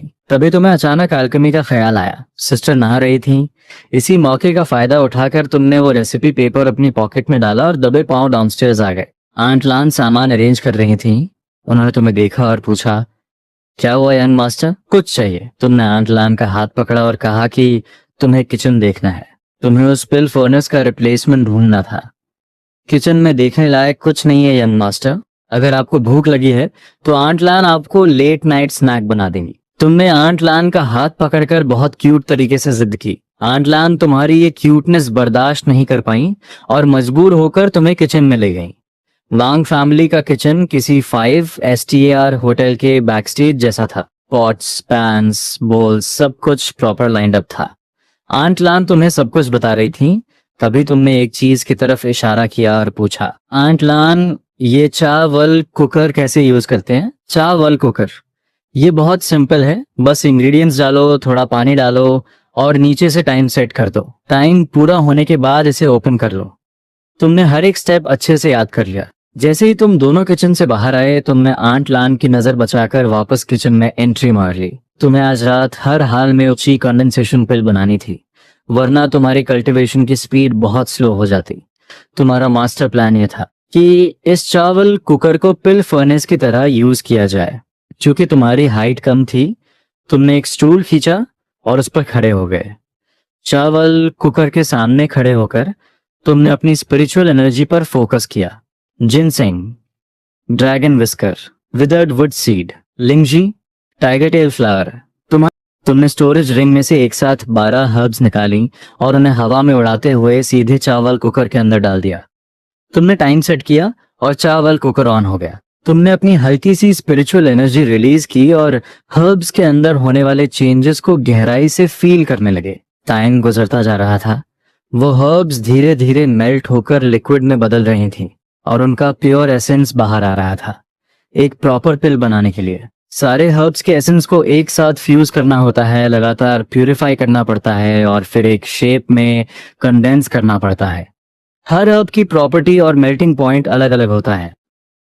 ये बेहद मुश्किल काम था। हर्ब्स की प्रॉपर्टीज और मेल्टिंग पॉइंट्स बिल्कुल अलग थे। तुम बहुत सीरियस थे। अपनी स्पिरिचुअल एनर्जी से चावल कुकर के अंदर हर्ब्स को धीरे धीरे फ्यूज करने लगे। 15 मिनट्स बाद बूम, किचन में एक जबरदस्त ब्लास्ट हुआ। धमाका इतना पावरफुल था कि पूरा बर्तन कांप गया। जल्दी ही वहां भीड़ जमा हो गई। मेड्स आंट लान के आसपास खड़ी होकर हैरान थीं। वांग सीकी अपनी नाइट सूट में भागते हुए नीचे आईं। वो अभी नहाकर निकली थीं और तुम्हें ढूंढ रही थीं। तभी ये धमाका हुआ। आंट लान, क्या हुआ? क्या कुछ फट गया है? वांग सीकी के उस लूज नाइट सूट में उनकी एलिगेंस साफ झलक रही थी। धुआं इतना ज्यादा था कि अंदर कुछ नजर नहीं आ रहा था। आंट लान ने कहा कि वो अंदर जाना चाहती थी, पर धुआं बहुत तेज था। सब लोग धीरे धीरे किचन में घुसे। चारों तरफ धुएं के बीच तुम्हारी परछाई नजर आई। पास जाकर देखा तो वो तुम ही थे, पर इस वक्त तुम्हारा पूरा चेहरा काला था, बाल जले हुए थे और तुम ऊपर से नीचे तक गंदे हो चुके थे। तुम मुस्कुराए तो तुम्हारे दांत अंधेरे में चमकती लाइट जैसे लग रहे थे। तुमने ऑकवर्ड होते हुए कहा, हे सिस्टर आंट लान, वो चावल कुकर फट गया। वाकई सबको साइड में नजारा दिखा। चावल कुकर के चिथड़े उड़ चुके थे। उसका ढक्कन शेल्फ पर जा गिरा था। काले पड़े चावल कुकर को देखकर वांग सीकी का सिर चकरा गया। ब्रदर, आखिर तुमने चावल कुकर क्यों यूज किया? ये बहुत डेंजरस हो सकता है। उनकी वॉइस थोड़ी सख्त थी। उन्हें डर था कि तुम दोबारा ऐसा कुछ न कर दो। उन्होंने तुरंत तुम्हें चेक किया कि कहीं चोट तो नहीं लगी। सामान की कोई फिक्र नहीं, तुम्हारी सेफ्टी सबसे बड़ी बात थी। तुम किसी गुनहगार बच्चे की तरह सिर झुकाकर बोले, मैं बस खाना बनाना सीखना चाहता था ताकि सिस्टर मेरा बनाया हुआ खाना टेस्ट कर सके। वांग सीकी के दिल में प्यार की एक लहर दौड़ गई। तुम उनके लिए खाना बना चाहते थे। कितना प्यारा बच्चा है। ये हंगामा जल्दी ही खत्म हुआ। आंट लान साफ सफाई करने लगी और सिस्टर तुम्हें नहलाने लगी। नए पजामास पहनकर तुम वापस अपने रूम में आ गए। तुम मन ही मन मुस्कुराए, अभी पकड़ा जाता। मास्टर ने कहा था कि तुम्हारी कल्टीवेशन के बारे में किसी को पता नहीं चलना चाहिए। इसी बीच किचन साफ करते हुए आंट लान को एक पेपर मिला जिस पर तुम्हारी वो रेसिपी लिखी थी, हालांकि वो काफी गंदी हो चुकी थी। तुम अपने रूम में आए, कर्टन्स खींचे और बेड पर कूद गए। तुमने अपनी स्टोरेज रिंग से वो ताजा बनी हुई पिल्स निकाली। पिल्स बनाते वक्त एनर्जी का इम्पैक्ट इतना ज्यादा था कि चावल कुकर ही फट गया। पर अच्छी बात यह थी कि पिल्स सक्सेसफुली बन गई थी। तुमने गिना, टोटल 4 राउंड पिल्स थीं, पर तुम ज्यादा खुश नहीं थे। क्या रेसिपी में 10 पिल्स नहीं लिखी थी? मैंने सिर्फ 4 बनाई। तुम्हें लगा कि ये क्वांटिटी बहुत ही कम है। तुमने बाकी 3 पिल संभाल कर रखी और एक पिल अपने मुंह में डाल ली। तुरंत वो पिल एक वार्म करंट बनकर तुम्हारे पेट में उतरी। तुम्हें महसूस हुआ कि वो पावर बहुत पावरफुल है। स्पिरिचुअल एनर्जी तुम्हारी बॉडी में इधर उधर भाग रही थी। तुमने उसे अब्जॉर्ब करना शुरू किया। पूरी रात कल्टीवेशन में बीत गई। अगली सुबह जब आसमान में हल्की रोशनी आई, तुम अपनी साधना खत्म करके खड़े हुए। तुम्हारी एनर्जी एकदम टॉप लेवल पर थी। सिर्फ एक रात में तुम्हारी स्पिरिचुअल रिजर्वायर 20% भर चुकी थी। तुम्हारे अंदाजे के हिसाब से एक हफ्ते में तुम ची कंडेंसेशन के मिडिल स्टेज को ब्रेक कर लोगे। तभी दरवाजे पर आंट लान की आवाज आई, यंग मास्टर उठ जाइए, जल्दी से उठकर तैयार हो जाइए। तुम अपनी स्लीपर्स पहनकर दरवाजा खोलने भागे। गुड मॉर्निंग आंट लान। आंट लान ने मुस्कुराते हुए तुम्हें तैयार किया। ब्रश करते वक्त तुम्हें बस अपनी सिस्टर का ही ख्याल था। आंट लान ने बताया कि मिस तैयार हो चुकी हैं और तुम्हारा ब्रेकफास्ट पर वेट कर रही हैं। तैयार होने के बाद तुम नीचे आए। वांग सीकी ने एक ब्लैक कैजुअल सूट पहना था जिसमें वो एक पावरफुल लेडी बॉस लग रही थी। ब्रदर, आज घर पर मत रुको, मेरे साथ ऑफिस चलो। तुमने तुरंत सिर हिलाया। खाना खाकर और शाह हे को बाय बोलकर तुम गाड़ी में बैठ गए। वांग ग्रुप क्योटो मजराटी कंपनी के गेट पर रुकी और तुम दोनों गाड़ी से उतरे। वांग सीकी ने तुम्हारा छोटा हाथ पकड़ा और बिल्डिंग के अंदर चली गई। गुड मॉर्निंग प्रेसिडेंट वांग, सारे स्टाफ ने ग्रीट किया। वो तुम्हें प्राइवेट एलिवेटर में ले गई। तुम खुद को रोक नहीं पाए और पूछा, सिस्टर क्या ये पूरी बिल्डिंग आपकी है? वांग सी को यह सवाल बहुत इंटरेस्टिंग लगा। उन्होंने मजाक में कहा, ये बिल्डिंग तुम्हारी है, यहाँ के असली बॉस तुम ही हो। आखिरकार तुम टॉप फ्लोर पर पहुंचे। तुम दोनों सीईओ ऑफिस में घुसे। सेक्रेटरी शॉलियन भी पीछे पीछे आ गई। वांग सीकी ने रिपोर्ट्स और प्लान्स का ढेर साफ किया और आज का शेड्यूल अरेंज करने लगी। शॉलियन, आज तुम्हें 3 जरूरी काम करने हैं, वांग सीकी ने बहुत बॉसी टोन में कहा। पहला, उसका आईडी प्रूफ बनवाओ। दूसरा, उसके लिए एक फोन खरीदो। और तीसरा, उसके लिए अच्छे क्लोथ्स खरीदो। शॉलियन को लगा उसने गलत सुना है। एक सीईओ सेक्रेटरी को अब बेबी सिटर बना दिया गया। वांग सी ने स्पेशली इंस्ट्रक्शन दी, यंग मास्टर के लिए केक भी खरीद लेना, कल उसे बहुत मन था। यस प्रेसिडेंट वांग, सिस्टर ने तुम्हें कुछ इंस्ट्रक्शंस दी और शॉलियन के साथ नीचे भेज दिया। पार्किंग में शॉलियन ने माजराटी नहीं बल्कि एक मर्सिडीज E300 निकाली। वो ज्यादा हाई प्रोफाइल नहीं रहना चाहती थी ताकि लोग उन्हें नोटिस ना करें। तुम फ्रंट सीट पर बैठे यहाँ वहां देख रहे थे। तुम बहुत क्यूट लग रहे थे। यंग मास्टर, क्या आप मिल्क टी पियेंगे? तुमने हाँ में सिर हिलाया। शॉलियन ने तुरंत गाड़ी रोकी। जब वो वापस आई, उसके हाथ में स्नैक्स के 2 बड़े बैग्स थे। उसमें सिर्फ मिल्क टी नहीं थी बल्कि फ्रूट्स और स्वीट्स भी थी और साथ ही एक बहुत ब्यूटीफुल केक भी। उसने मिल्क टी का पैक खोला और वो पिग पैटर्न वाला छोटा केक तुम्हें पकड़ा दिया। मीठी मिल्क टी पीते ही तुम्हारा मूड एकदम फ्रेश हो गया। उस सुंदर केक को देखकर तुम्हारा उसे खाने का मन कर रहा था। शॉलियन हंसते हुए बोली, यंग मास्टर, ये केक बहुत सारा है, बेझिझक खाइए। तुमने एक स्पून ली और मजे से खाने लगे। वाह, वो क्रीमी और मीठा टेस्ट, ऐसा लगा जैसे तुम बादलों के ऊपर लेटे हो। बहुत सॉफ्ट और टेस्टी है। शॉलियन सिस्टर, क्या आप खाएंगी? उन्होंने मना कर दिया और समझाया कि मीठा कम खाना चाहिए वरना कैविटीज हो जाएंगी। तुम्हें कोई फर्क नहीं पड़ा। एक बार मैं फाउंडेशन एस्टैब्लिशमेंट स्टेज पर पहुंच गया तो बॉडी खुद को प्यूरिफाई कर लेगी, फिर कैविटीज का क्या डर। कुछ ही देर में गाड़ी रजिस्ट्रेशन ऑफिस पहुंच गई। दरवाजे पे बहुत लंबी लाइन थी। कम से कम 4050 लोग खड़े थे। शॉलियन तुम्हारा हाथ पकड़कर बाहर आई। तभी एक ऑफिशियल ने आकर तुम दोनों को सीधा रजिस्ट्रेशन रूम में इनवाइट कर लिया। हे, ये लोग लाइन में क्यों नहीं लगे?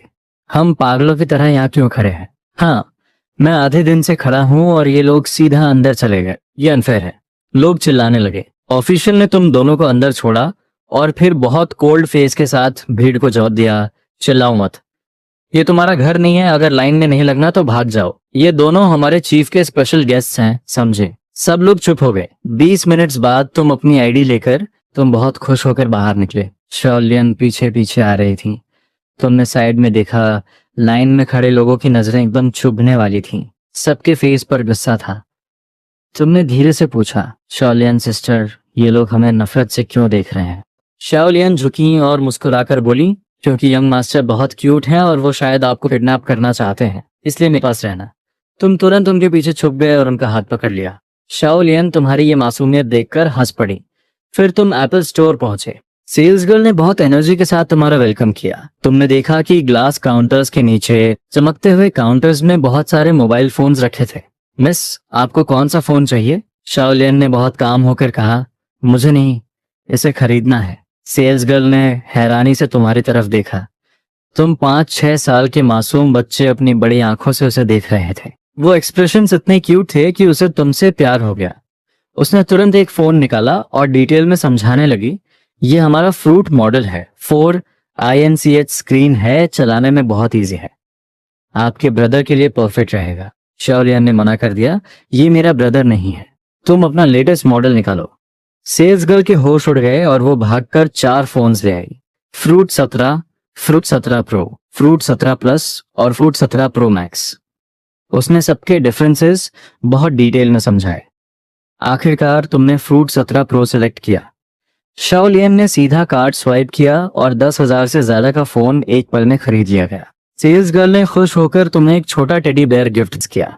दोपहर का टाइम था, मर्सिडीज E300 शहर की सड़कों पर बहुत स्मूथली चल रही थी। तुम्हारा मन सीनरी देखने का नहीं था, तुम बस अपने नए फोन को बहुत कंफ्यूजन के साथ देख रहे थे। आखिर इससे क्या क्या होता है? तुमने देखा है कि लोग सड़कों पर अपनी स्क्रीन्स को घूरते रहते हैं, पर कैसे? सेल्स गर्ल ने सिर्फ स्विच ऑन करना और फोटो खींचना सिखाया था। तुमने कैमरा ओपन किया और स्क्रीन पर अपना चेहरा देखा। जैसे ही तुम मुस्कुराए, स्क्रीन वाला बच्चा भी मुस्कुराया। क्लिक, तुम्हारी पहली सेल्फी तैयार थी। तुमने शाओलियन सिस्टर को कहते सुना था कि इस पर टीवी देख सकते हैं, मैसेजेस भेज सकते हैं और कॉल्स भी कर सकते हैं। तुम हैरान रह गए, इतने सारे फंक्शंस। पर तुम्हारे दिमाग में बस एक बात बैठी, इससे सिस्टर को कॉल किया जा सकता है। और कॉल कैसे करें? तुम्हें कोई आइडिया नहीं था। शाओलियन सिस्टर ड्राइव कर रही थी तो वो भी सिखा नहीं सकती थी। तुम थोड़े परेशान हो गए और विंडो से चिपक कर बाहर देखने लगे। तुम काफी बोर्ड लग रहे थे। शाओलियन ने ये नोटिस किया और समझ गई कि लंच टाइम हो चुका है। कुछ गलियों को क्रॉस करने के बाद गाड़ी हेवन ऑन अर्थ रेस्टोरेंट के सामने रुकी। गाड़ी से उतरते ही तुमने उस बिल्डिंग की एलिगेंस देखी और तुम्हारे पेट में चूहों ने दौड़ना शुरू कर दिया। शाओलियन हंसकर बोली, भूख लगी है ना, चलो जल्दी अंदर चलते हैं। तुम खुशी से उनके पीछे भागे। अंदर जाते ही वेटर्स की एक लाइन खड़ी थी, जिसमें से एक लंबे वेटर ने पूछा, कहाँ रहा? Hello miss. शाओलियन ने सीधा ऑर्डर दिया, मेरे लिए 3rd फ्लोर पर एक प्राइवेट रूम बुक करो। वो वेटर थोड़ा ऑकवर्ड हो गया। पास खड़े दूसरे वेटर ने एक्सप्लेन किया, सॉरी मिस, 3rd फ्लोर पूरा बुक हो चुका है। शाओलियन का पारा चढ़ गया।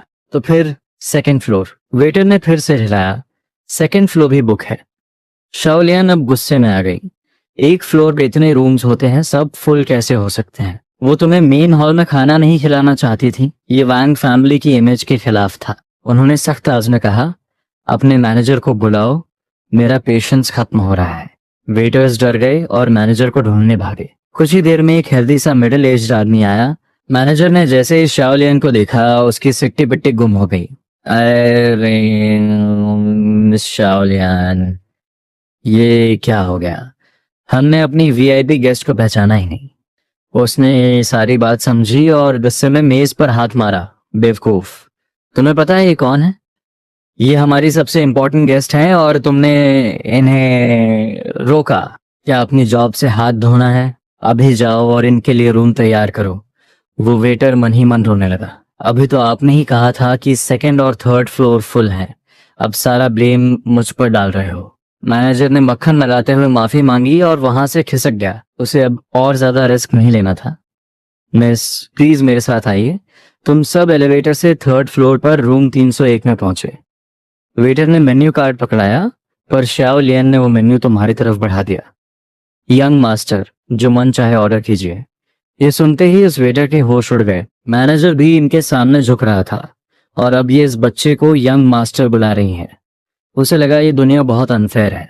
तुमने मेनू देखा और कुमिन मटन ऑर्डर किया। शाओलियन ने कुछ और सिग्नेचर डिशेस भी ऐड की और मेन्यू वापस कर दिया। वेटर के जाते ही तुम अपना फोन निकाल कर बहुत परेशान होकर स्क्रीन को टच करने लगे। शाओलियन सिस्टर, ये फोन कैसे चलाते हैं, प्लीज सिखाओ ना।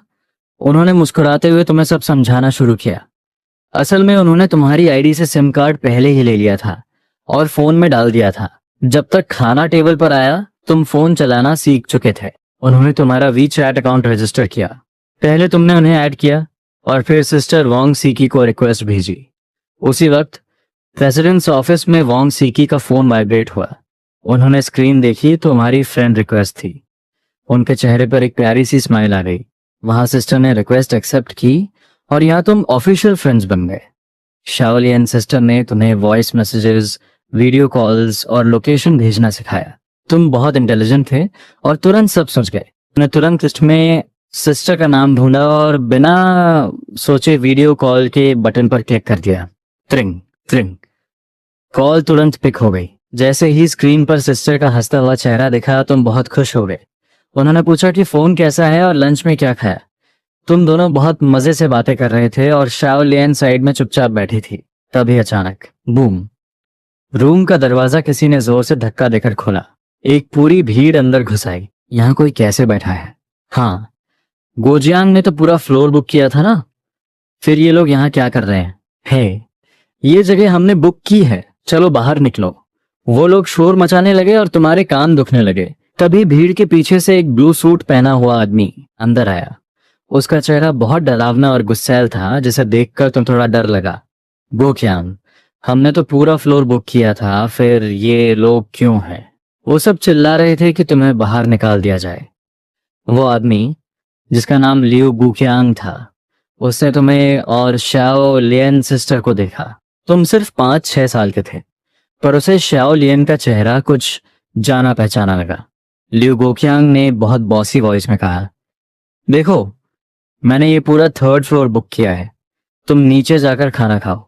शाओ लियन ने उसे पूरी तरह इग्नोर कर दिया, जैसे वो हवा हो। कुछ सेकंड बाद उन्होंने बहुत काम आवाज में जवाब दिया, 3rd फ्लोर पर इतने सारे रूम्स हैं। 3rd फ्लोर पर इतने सारे रूम्स हैं, अगर हम एक ले भी लें तो क्या प्रॉब्लम है? अगर आपके गेस्ट फिट नहीं हो रहे हैं तो आप 1st फ्लोर पर जा सकते हैं।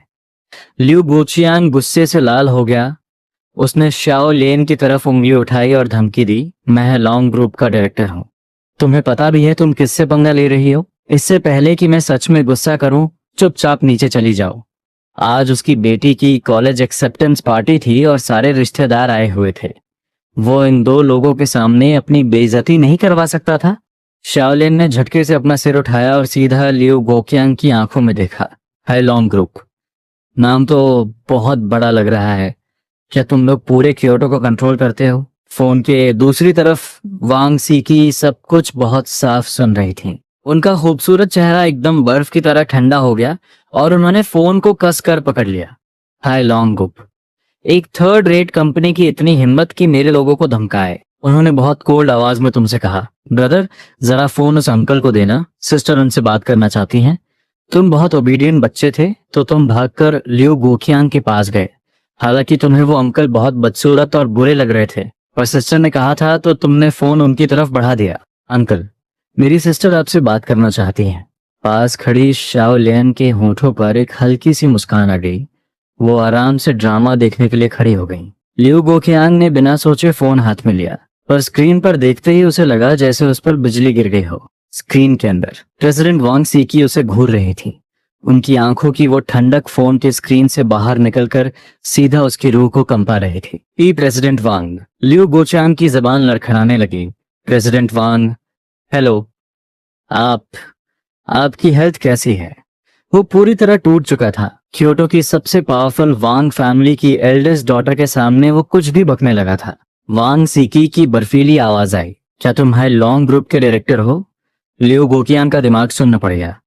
वांग ग्रुप की सीईओ के सामने उसकी हालत खराब थी। सिर्फ एक सेंटेंस और वो पूरे क्योटो से गायब हो सकता था। Yes president Wang, I am so sorry, मैं थोड़ा जल्दी में था। प्लीज मुझे से छोटे इंसान को माफ कर दीजिए। लियू गोकियांग बुरी तरह पसीने से भीग चुका था और एक छोटे से फोन के सामने झुक झुक कर माफी मांग रहा था। मैं अभी अपने लोगों को लेकर जाता हूँ, मैं आपकी खुशी खराब नहीं करूंगा, मैं अभी दफा होता हूँ। फोन कट होने के बाद लियू गोकियांग ने एक गहरी सांस ली। उसकी पूरी शर्ट ठंडे पसीने से भीग चुकी थी। उसने एक नकली और डरी हुई स्माइल के साथ फोन तुम्हें वापस किया। I am sorry, I am so sorry, मेरी गलती थी, मैं अभी सबको लेकर जा रहा हूँ, आप लोग आराम से खाइए। लियू गोकियांग अपनी पूरी भीड़ को लेकर दबे पांव रूम से बाहर निकल गया। बाहर आने के बाद सब बहुत कंफ्यूज थे। ब्रदर गोकियांग, फोन पर कौन था? हम ऐसे क्यों आ गए? हाँ अंकल, हमें मैनेजर को बुलाकर इन्हें बाहर फेंकवाना चाहिए था। लियू गोकियांग का चेहरा गुस्से से हरा पड़ गया। उसने मुड़कर उस लड़के के मुंह पर एक जोरदार थप्पड़ मारा। चुप कर बेवकूफ, तुझे पता भी है वो कौन है? वो क्योटो की वांग फैमिली है। मैं जिंदा वापस आ गया, यही बहुत है, और तू यहाँ चिल्ला रहा है। सबके होश उड़ गए। क्योटो वांग फैमिली, ये 4 वर्ड्स ही किसी की भी जान निकालने के लिए काफी थे। अब पार्टी का सारा मूड खराब हो चुका था।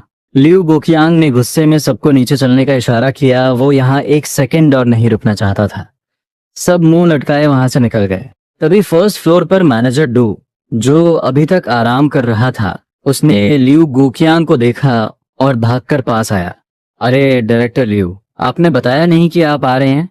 लिू गुकियांग का गुस्सा पहले से ही 7वें आसमान पर था। मैनेजर को देखते ही वो फट पड़ा। मैनेजर डू, तुम्हारे रूम में प्रेसिडेंट वान के गेस्ट बैठे हैं और तुमने मुझे बताया तक नहीं। मेरा करियर बर्बाद होते होते बचा है। वो गुस्से में पैर पटकते हुए वहां से चला गया। मैनेजर ड्यू वहीं पत्थर बन गया। वो अभी एक वेट्रेस के साथ फ्लर्ट कर रहा था और इस बात को पूरी तरह भूल गया था। अब उसका इतना बड़ा कस्टमर हाथ से निकल गया था। अब मैं बॉस को क्या जवाब दूंगा। खाना खत्म होने के बाद शाओलियन तुम्हें बिल पे करने के लिए नीचे लाई। तुमने नोटिस किया कि मैनेजर का चेहरा बहुत अजीब सा नीला पड़ रहा था। तुम उसे घूरते रहे और फिर अपनी स्वीट आवाज में बोले, अंकल आपकी किडनीज में कुछ प्रॉब्लम है, टाइम मिले तो हॉस्पिटल जाकर चेक करवा लेना। मैनेजर ड्यू ने हंसते हुए कहा, ओ श्योर, मैं जरूर जाऊंगा। पर तुम्हारे दिल में एक अजीब सी फीलिंग थी। तुमने उसकी आंखों के बीच एक काला सा ऑरा देखा था।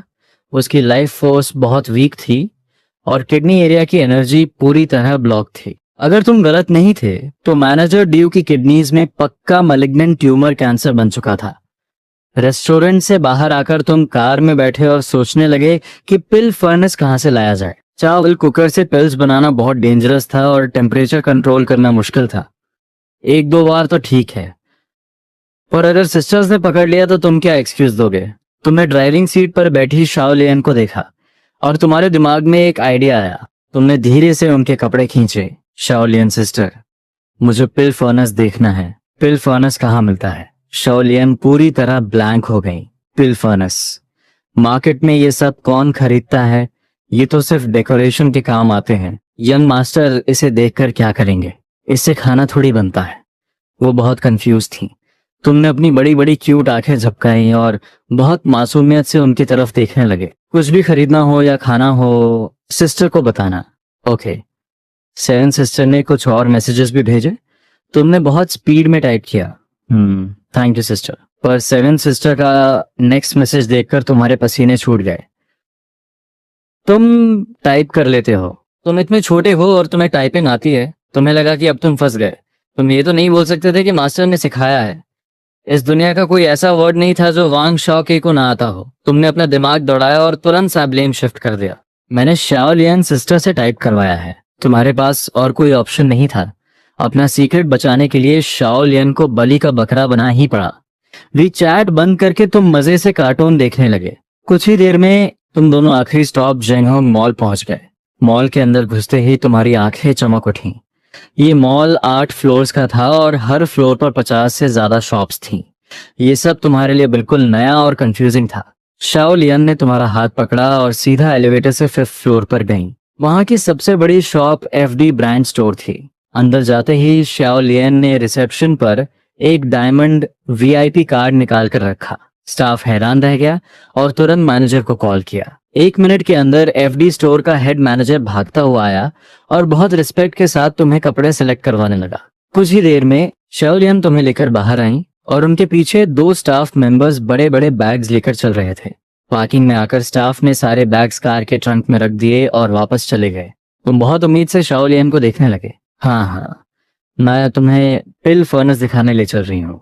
शाओलियन ने तुम्हारे गाल खींचे और गहरी सांस ली।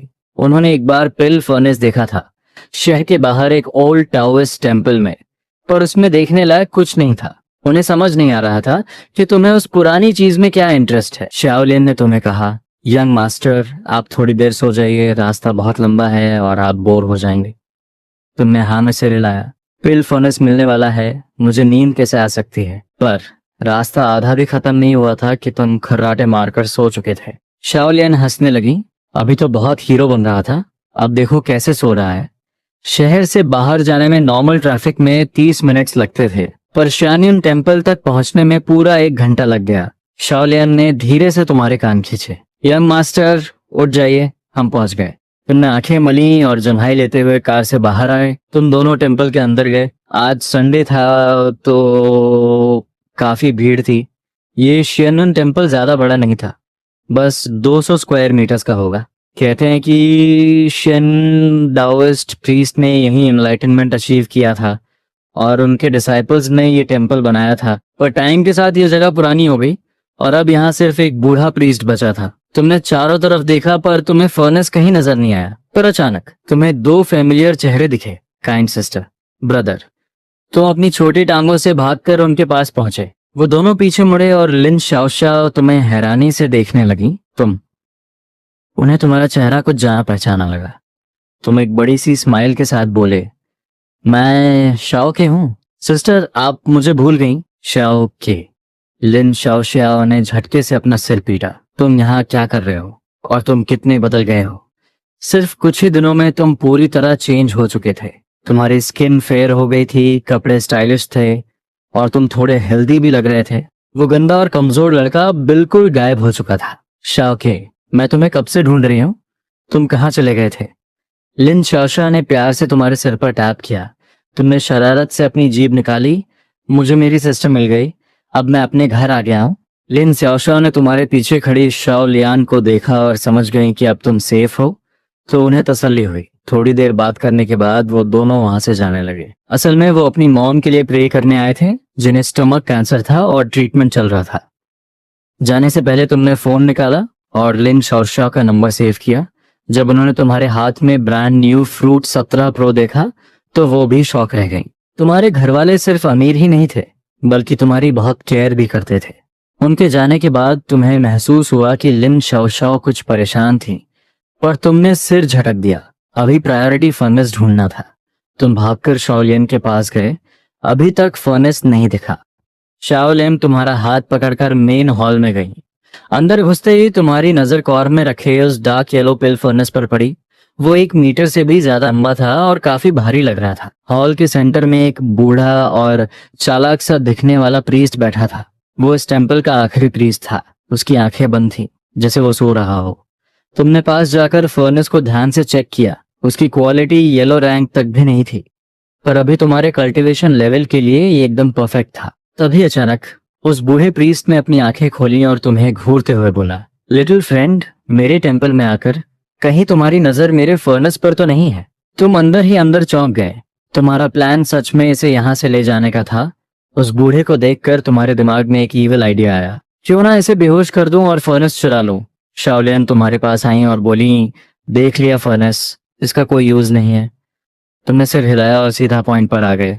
शाओलियन सिस्टर, क्या हम ये फर्नेस खरीद सकते हैं? मुझे ये बहुत पसंद है।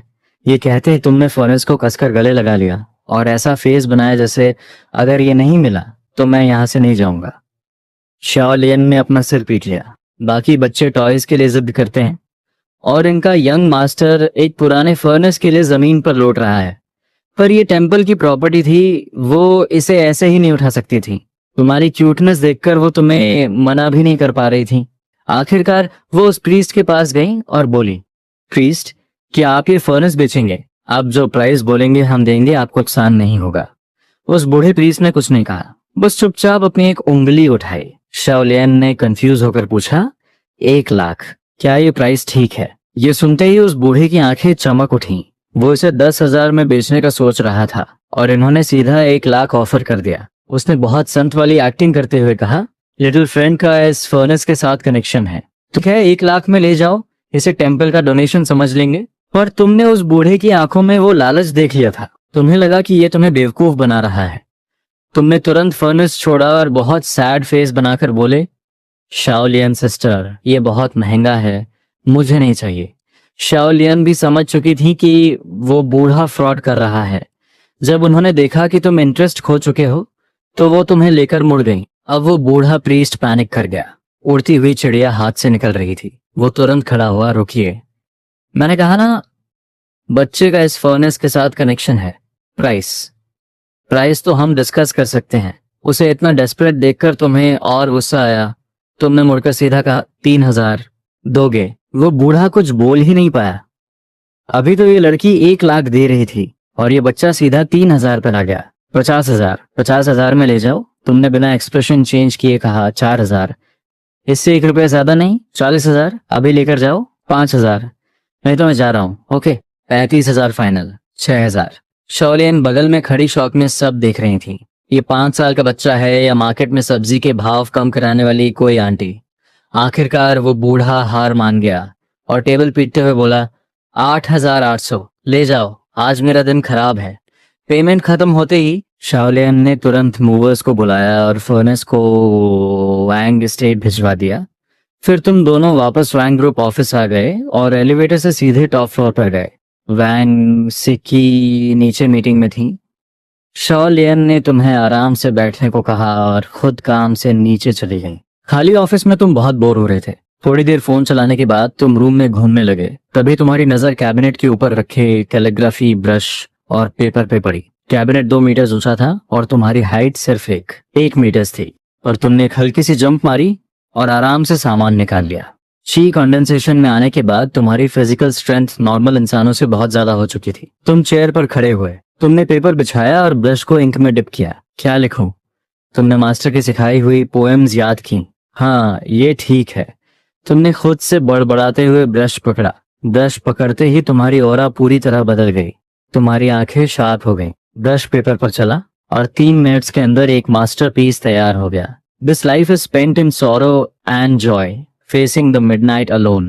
The vast mountains generate spirit, the white clouds return to dust. हर एक स्ट्रोक में परफेक्ट एनर्जी और फ्लो था। वो वर्ड्स इतने पावरफुल थे कि उनमें से एक पुरानी और डीप फीलिंग आ रही थी। तुम अभी भी सैटिस्फाइड नहीं थे। तुमने एक और पेपर निकाला और बहुत स्पीड में लिखना शुरू किया। Clear mirror, green lotus blooming. एक तरफ तलवार की धार की बातें और दूसरी तरफ एक गहरा सन्नाटा। ये स्ट्रोक कितना पावर से भरा है। हर एक स्ट्रोक किसी म्यान से निकली हुई तलवार की तरह था, जो बिना चलाए ही सामने वाले को डरा सकती है। तुम अपने काम से बहुत सेटिस्फाइड थे। तुमने सोचा और दोनों पेपर्स को दीवार पर चिपका दिया। तुम्हें पूरा कॉन्फिडेंस था। मास्टर ने तुम्हारी कैलीग्राफी की तारीफ की थी तो सिस्टर को भी पक्का पसंद आएगी। काफी देर वेट करने के बाद तुम सोफा पर ही सो गए। शाम को ऑफिस आवर्स खत्म होने के टाइम वांग सी की मीटिंग खत्म करके ऑफिस आई। अंदर घुसते ही उन्होंने तुम्हें सोफा पर सोते हुए देखा। वो दादा पांव अपनी डेस्क की तरफ गईं। उन्होंने फाइल्स नीचे रखी और देखा कि टेबल पर ब्रश और पेपर बिखरे हुए थे। शाओलियन भी ना, इतने छोटे बच्चे को ब्रश पकड़ा दिया। वांग सीख मुस्कुराई और उनका चेहरा बहुत सॉफ्ट हो गया। पर जब वो टेबल साफ करके दीवार की तरफ पलटी तो उनके होश उड़ गए। The vast mountains generate spirit, the white clouds return to dust. Impossible. Wang Si ने तुरंत इस ख्याल को खारिज कर दिया। उन्हें कैलीग्राफी का बहुत शौक था, इसीलिए ऑफिस में ब्रश और इंक रखे थे। वो स्ट्रोक्स की डेप्थ को बहुत अच्छे से समझती थी। ये किसी बहुत बड़े मास्टर का काम है। ये मैंने अब तक जितनी कैलीग्राफी देखी है उन सबसे बेटर है। उन्होंने सोचा कि तुम्हारे उठने के बाद पूछेंगी कि ये किस मास्टर ने दिया है, पर तभी उनकी नजर दूसरी कैलीग्राफी पर पड़ी। उन्होंने पास जाकर देखा। ये कोई पोएम नहीं थी, बस एक लाइन थी। Clear mirror, green lotus blooming, where does the sword intent rest at the bottom of the pond. Wang Siqi ने इसे कई बार पढ़ा और उनके अंदर एक तूफान आ गया। मास्टरपीस। ये एक एब्सोल्यूट मास्टरपीस है। हर स्ट्रोक में एक तलवार जैसी धार थी और वर्ड्स में एक छिपी हुई शार्पनेस। उन्हें पूरा कॉन्फिडेंस था कि यह किसी मास्टर का आखिरी काम होगा। अगर इसे ऑक्शन में ले जाया जाए तो ये करोड़ों में बिकेगा। पर यह मास्टरपीस यहाँ कैसे आया? वांग सीकी ने धीरे से तुम्हें जगाया। उन्होंने हंसते हुए पूछा कि दीवार पर वो कैलीग्राफी किसने लिखी है? तुमने अपनी आंखें मली और बहुत नॉर्मली जवाब दिया, मैंने लिखी है। वांग सीकी ने तुम्हारी नाक खींची। उन्हें तुम्हारी बात पर 1% भी ट्रस्ट नहीं हुआ। उन्होंने सोचा कि कल सुबह सीधा शाओलियन से पूछेंगी। ऑफिस खत्म होते ही वांग सीकी तुम्हें लेकर वांग एस्टेट आ गई और यहाँ आंट लान बहुत कंफ्यूजन के साथ उस बड़े से काले पिल फर्नेस को घूर रही थी। ये इतना बदसूरत था कि इसे डेकोरेशन के लिए भी नहीं रखा जा सकता था। आंट लान अभी कंप्लेन कर ही रही थी कि रूम। कार की आवाज आई, मिस घर आ गई हैं। सबने भागकर गेट खोला। वांग शी ने कार से उतरते ही सबके अजीब चेहरे देखे और पूछा, क्या हुआ आंट लान? आंट लान ने तुरंत अपना सवाल डाल दिया, मिस, ये इतना बड़ा इंसेंस बर्नर कहाँ रखे? घर में जगह ही नहीं है। Incense burner? Wang Siqi confuse हो गई। उन्होंने कोई इंसेंस बर्नर नहीं खरीदा था। उन्होंने भीड़ के पीछे देखा और उनकी सांसें अटक गईं। उन्हें समझ आ गया कि सब ऐसे क्यों देख रहे थे। वो बड़ा सा भारी और बदसूरत इंसेंस बर्नर और कुछ नहीं, तुम्हारा खरीदा हुआ पिल फर्नेस था। वांग सीकी तुम्हारा हाथ पकड़कर उस फर्नेस के पास ले गई और उसे ध्यान से देखा। ये कोई इंसेंस बर्नर नहीं था, ये एक पिल फर्नेस था। उन्हें याद आया कि मीटिंग से पहले शॉ लियन ने बताया था कि तुमने टेम्पल से एक फर्नेस खरीदा है। वांग सीकी ने नीचे तुम्हारी तरफ देखा। हाँ, सारी फसाद की जड़ तुम ही थे। ब्रदर, तुम्हें पिल फर्नेस खरीदने का आइडिया कहाँ से आया? क्या तुम सुप्रीम लॉर्ड लाओस की तरह यहाँ अल्केमी करने वाले हो? तुम्हारी हार्ट बीट तेज हो गई? Oh no. सिस्टर को पता चल गया क्या? तुम ऑकवर्डली हंसे। नहीं सिस्टर, मुझे बहुत कूल लगा तो मैंने खेलने के लिए ले लिया। जब बाकी लोगों ने इंटरेस्ट लेना बंद कर दिया तब तुमने चैन की सांस ली। वांग सीकी ने कुछ बॉडीगार्ड्स को बुलाकर उस फर्नेस को खुले एरिया में रखवाया। ये इतना भारी था कि किसी को समझ नहीं आ रहा था इसे कहाँ रखें। तभी तुम्हारे दिमाग में आइडिया आया और तुमने चिल्लाकर कहा, इसे मेरे रूम में रख दो, मैं इसे खुद देख लूंगा। वांग शी को थोड़ा अजीब लगा, पर उन्होंने फर्नेस तुम्हारे रूम में शिफ्ट करवा दिया। आखिरकार तुम्हारे दिल से एक बड़ा बोझ उतरा। अब फर्नेस आ गया था तो अल्केमी शुरू की जा सकती थी। तुमने प्लान बनाया था कि यूथ रिटेनिंग पिल बनाकर अपनी सिस्टर्स को दोगे। यूथ रिटेनिंग पिल कल्टीवेशन लेवल तो नहीं बढ़ाती, पर ये इंसान की यूथ को हमेशा के लिए फ्रीज कर देती है। और लड़कियों के लिए ये किसी जादू से कम नहीं था।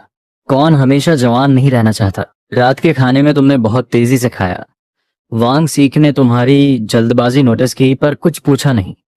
खाना खाकर और नहाकर तुमने सीधा अपने रूम का दरवाजा लॉक किया। आखिरकार तुम अल्केमी कर सकते थे। कॉर्नर में रखे फर्नेस को देखकर तुम हंसे। हे बिग गाय, आज से हमारा काम शुरू। ये फर्नेस बहुत भारी था। इसे उठाने में 5 बॉडीगार्ड्स का पसीना छूट गया था। इसका वेट कम से कम 150 किलोग्राम था। तुम आगे बढ़े और अपने छोटे हाथों से उसे टच किया। फर्नेस वॉल के पास रखा था, पर अल्केमी वहां नहीं की जा सकती थी। तुम्हारा रूम 40 स्क्वायर मीटर्स का था, तो स्पेस की कोई प्रॉब्लम नहीं थी। तुमने अपने दोनों हाथों से फर्नेस का स्टैंड पकड़ा और एक जोरदार झटके के साथ उस पूरे 150 किलोग्राम के फर्नेस को हवा में उठा लिया। एक छोटा सा बच्चा अपने से कई गुना बड़ी और भारी चीज उठा रहा था। ये नजारा देखने लायक था। हालांकि 150 किलोग्राम तुम्हारे लिए थोड़ा भारी था, पर तुमने उसे रूम के सेंटर में लाकर आराम से रख दिया। फ्यू। तुमने एक लंबी सांस छोड़ी। थोड़ी देर बेड पर रेस्ट करने के बाद तुम अल्केमी के लिए तैयार थे।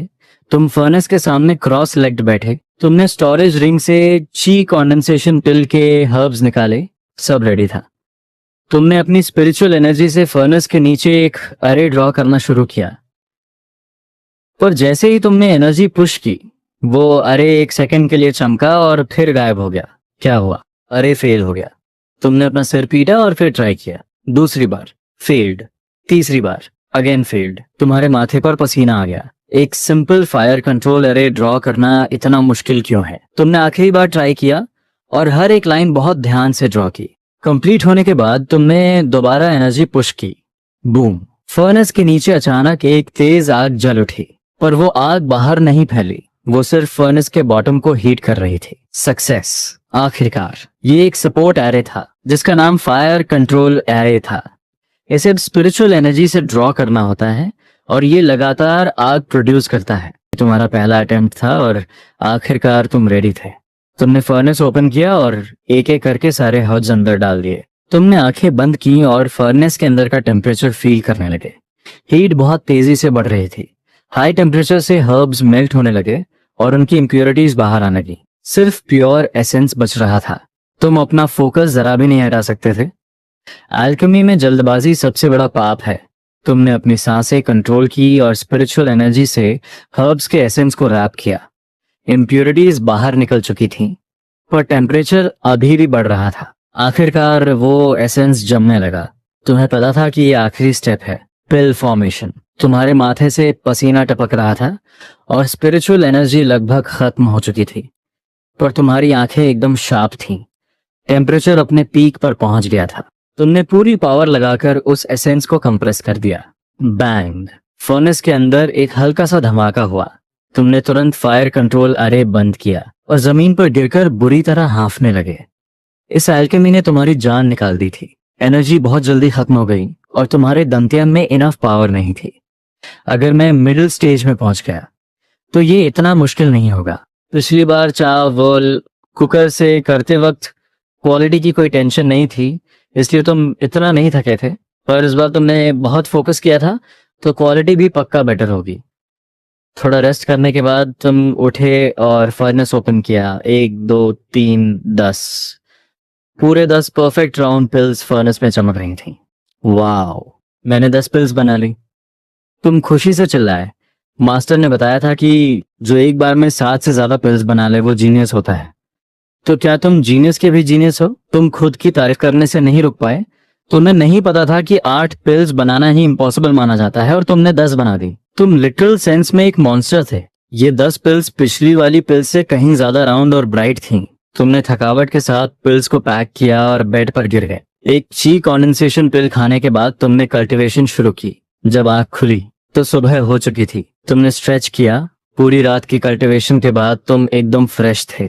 नहाकर तुम जल्दी से नीचे आए। वांग सी की आराम से चाय पी रही थी। तुम्हें देखते ही वो रुकी और तुम्हारे गाल खींच लिए। उनकी आंखों में प्यार भरा था। लिटिल गाय, आज इतनी जल्दी उठ गए, गुड बॉय। तुम क्यूट फेस बनाकर बोले, सिस्टर गाल मत खींचो ना। वांग सी की हंसने लगी। उनका मूड बहुत अच्छा था। ब्रेकफास्ट के बाद तुम उनके साथ ऑफिस नहीं गए।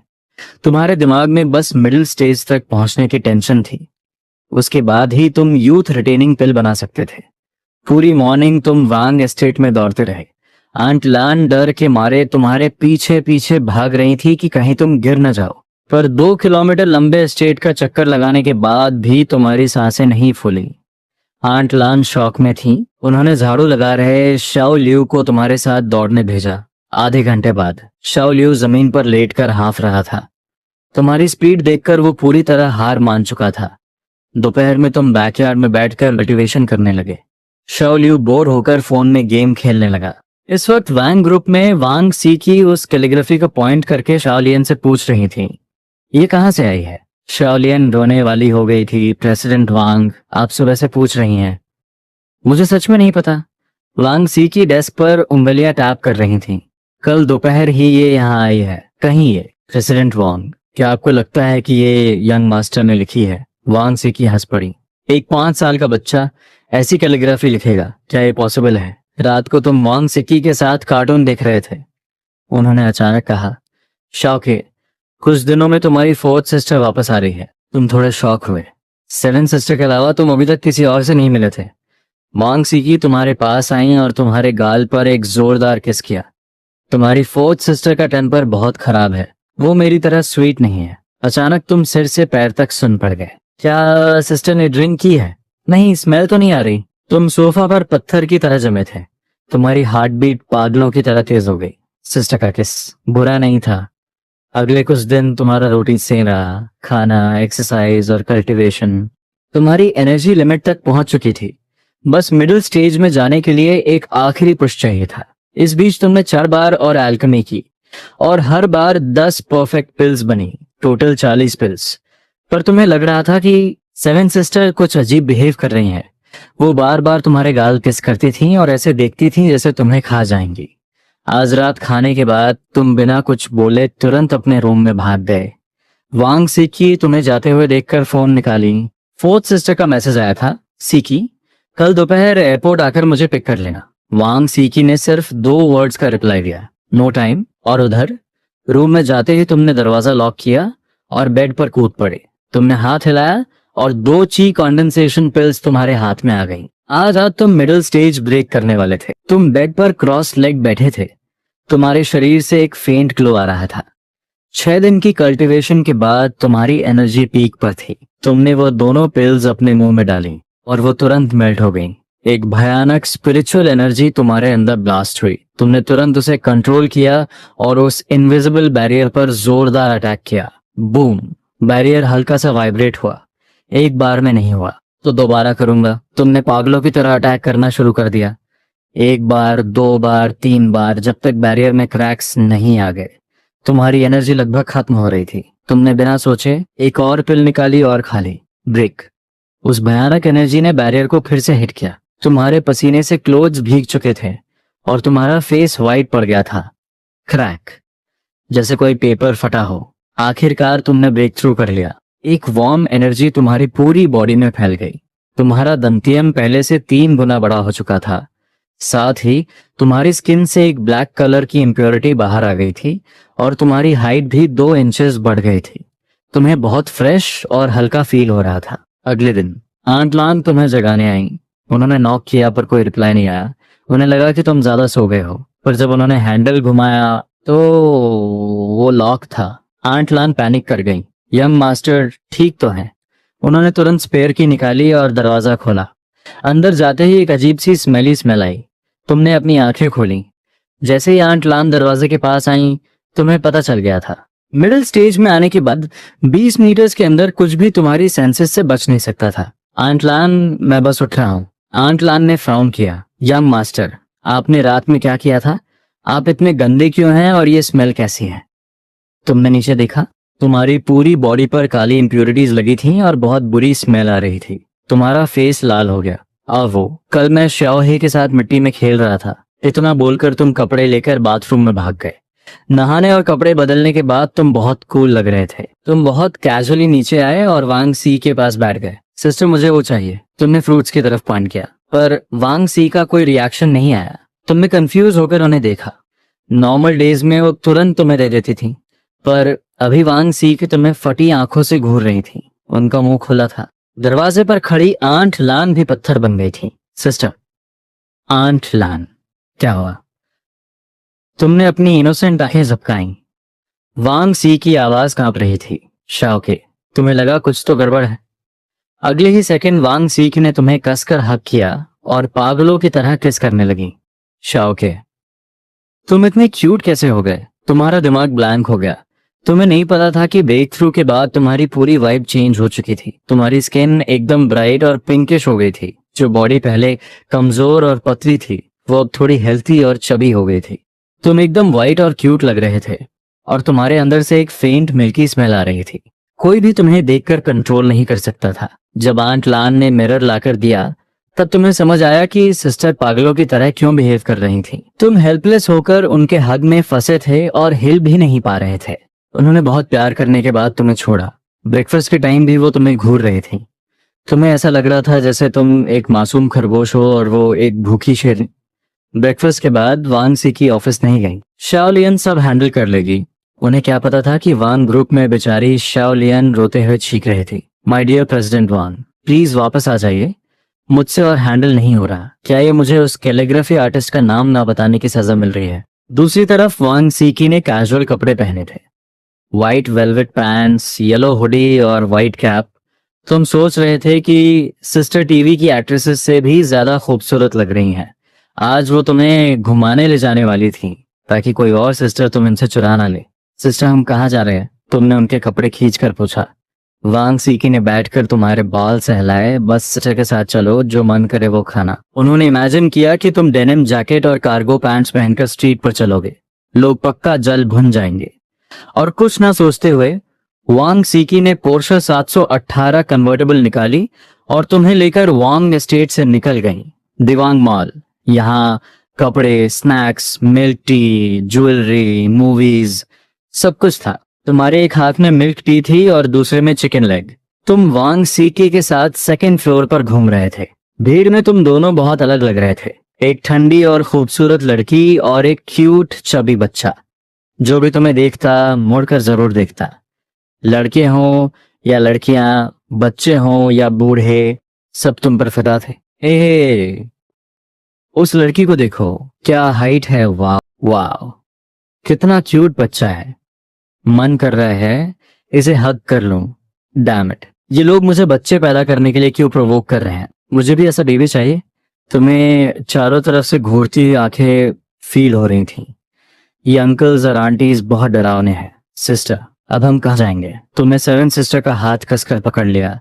वो सारी आंखें तुम्हें डरा रही थी। वांग सी की मुस्कुराई और तुम्हारे सिर पे हाथ फेरा।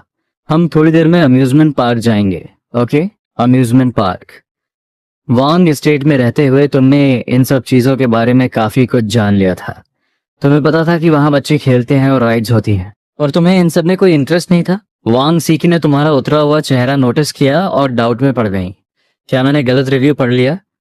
बच्चे रोलर कोस्टर और स्लाइड्स पसंद नहीं करते क्या? कल तो इंटरनेट पर सब कह रहे थे कि बच्चे अम्यूजमेंट पार्क जाकर पागल हो जाते हैं। चलो छोड़ो, अगर इसे पसंद नहीं आया तो कहीं और चले जाएंगे। तुम दोनों मॉल में घूमते रहे। वांग सी कभी कपड़े देखती तो कभी ज्वेलरी। कुछ ही देर में तुम्हारे हाथों में 2 शॉपिंग बैग्स आ गए। तुम अपनी सिस्टर के पीछे एक छोटे असिस्टेंट की तरह चल रहे थे। फिर तुम एक ज्वेलरी शॉप में घुसे। वांग सी की शॉप के गहने देख रही थी। उन्होंने कैजुअली एक नजर डाली। डिजाइन्स तो बहुत थे पर कोई भी खास नहीं लग रहा था। Hello beautiful. अचानक तुम्हारे पीछे से एक अजीब सी आवाज आई। तुम दोनों ने इग्नोर कर दिया। मिस, क्या मैं आपसे बात कर सकता हूँ? तुम मुड़े तो देखा कि 24 साल का एक लड़का खड़ा था। मिस, उस लड़के के पीले बाल थे और वो दिखने में ठीक ठाक था, बिल्कुल किसी little fresh meat young idol की तरह। नो इंटरेस्ट, वांग सीकी ने बहुत ठंडी और चुभने वाली आवाज में कहा। पर उस लड़के के चेहरे पर अभी भी एक ओवर कॉन्फिडेंट स्माइल थी। उसे जरा भी एम्बैरेसमेंट फील नहीं हुई। वो वांग सीकी को घूर रहा था। इस आइस ब्यूटी की फैमिली पक्का बहुत रिच होगी। अगर मैंने इसे फंसा लिया तो मुझे पैसों की टेंशन नहीं रहेगी और दोस्तों के सामने शो ऑफ भी करूंगा। मिस, मुझे लगता है आप ज्वेलरी ढूंढ रही हैं। मुझे जेड के बारे में काफी नॉलेज है, मैं आपको गाइड कर सकता हूँ। उसका नाम मा युलोंग था। वो क्योटो यूनिवर्सिटी में जेड अप्रेजल डिपार्टमेंट का स्टूडेंट था। कॉलेज में लड़कियां घुमाने के लिए वो बहुत फेमस था। वो एक टिपिकल प्लेबॉय और घटिया इंसान था। वांग सीक उस पर एक सेकंड भी वेस्ट नहीं करना चाहती थी। ऐसे लोगों की उनसे बात करने की औकात भी नहीं थी। उन्होंने सीधा धमकी दी। तुम्हें देखकर लगता है तुम कॉलेज स्टूडेंट हो। मैं तुम्हें वार्न कर रही हूँ, मेरे सामने कोई फालतू ट्रिक मत आजमाना वरना तुम्हें बहुत भारी पड़ेगा। ये सुनकर मा युलोंग का दिल धक से रह गया। ये लड़की तो बहुत डेंजरस लग रही है। इसका टेम्पर कितना तेज है, बिल्कुल मेरी टाइप की है। उसके दिमाग में गंदे ख्याल आने लगे। उसे अपनी स्पेशल स्किल्स और चार्म पर पूरा भरोसा था कि वो वांग सी का दिल जीत ही लेगा। उसने वांग सी की धमकी को बिल्कुल इग्नोर कर दिया। खतरा जितना बड़ा होता है रिवॉर्ड भी उतना बड़ा होता है। उसने थोड़ा झुककर बहुत मीठी आवाज में कहा, मिस, आप बोर हो रही होंगी, चलिए मैं आपको जेड मार्केट घुमाता हूँ। वहाँ रॉ स्टोन्स और गैम्बलिंग भी होती है और बहुत सारे जेम्स भी मिलते हैं। तुम काफी देर से ये सब ड्रामा देख रहे थे पर जेड मार्केट सुनते ही तुम्हें इंटरेस्ट आ गया। अगर तुम्हें कोई हाई क्वालिटी जेड मिल जाए तो तुम उसे स्पिरिचुअल टूल बनाकर अपनी सिस्टर्स को गिफ्ट कर सकते हो। ये सोचकर तुमने बहुत क्यूट आवाज में पूछा, जेड मार्केट कहाँ है? मा युलोंग ने अब जाकर तुम्हारे ऊपर ध्यान दिया। कितना क्यूट और इनोसेंट बच्चा है। उसके दिमाग में तुरंत एक प्लान आया। अगर ये लड़की बात नहीं कर रही तो इसके भाई के थ्रू बात करूंगा। लिटिल ब्रदर, क्या मैं तुम्हें वहां ले चलूं? वो इसी दिवांग मॉल के 7th फ्लोर पर है। वो बस तुम्हें लेकर जाने ही वाला था कि तुमने अचानक कहा, नहीं अंकल, मैं अपनी सिस्टर के साथ चला जाऊंगा। आप किसी और आंटी को ढूंढ लो, आप मेरी सिस्टर के लायक नहीं हो। उसकी वो फेक स्माइल वहीं जम गई। तुम्हारी इस बात ने उसकी सरेआम बेइज्जती कर दी थी।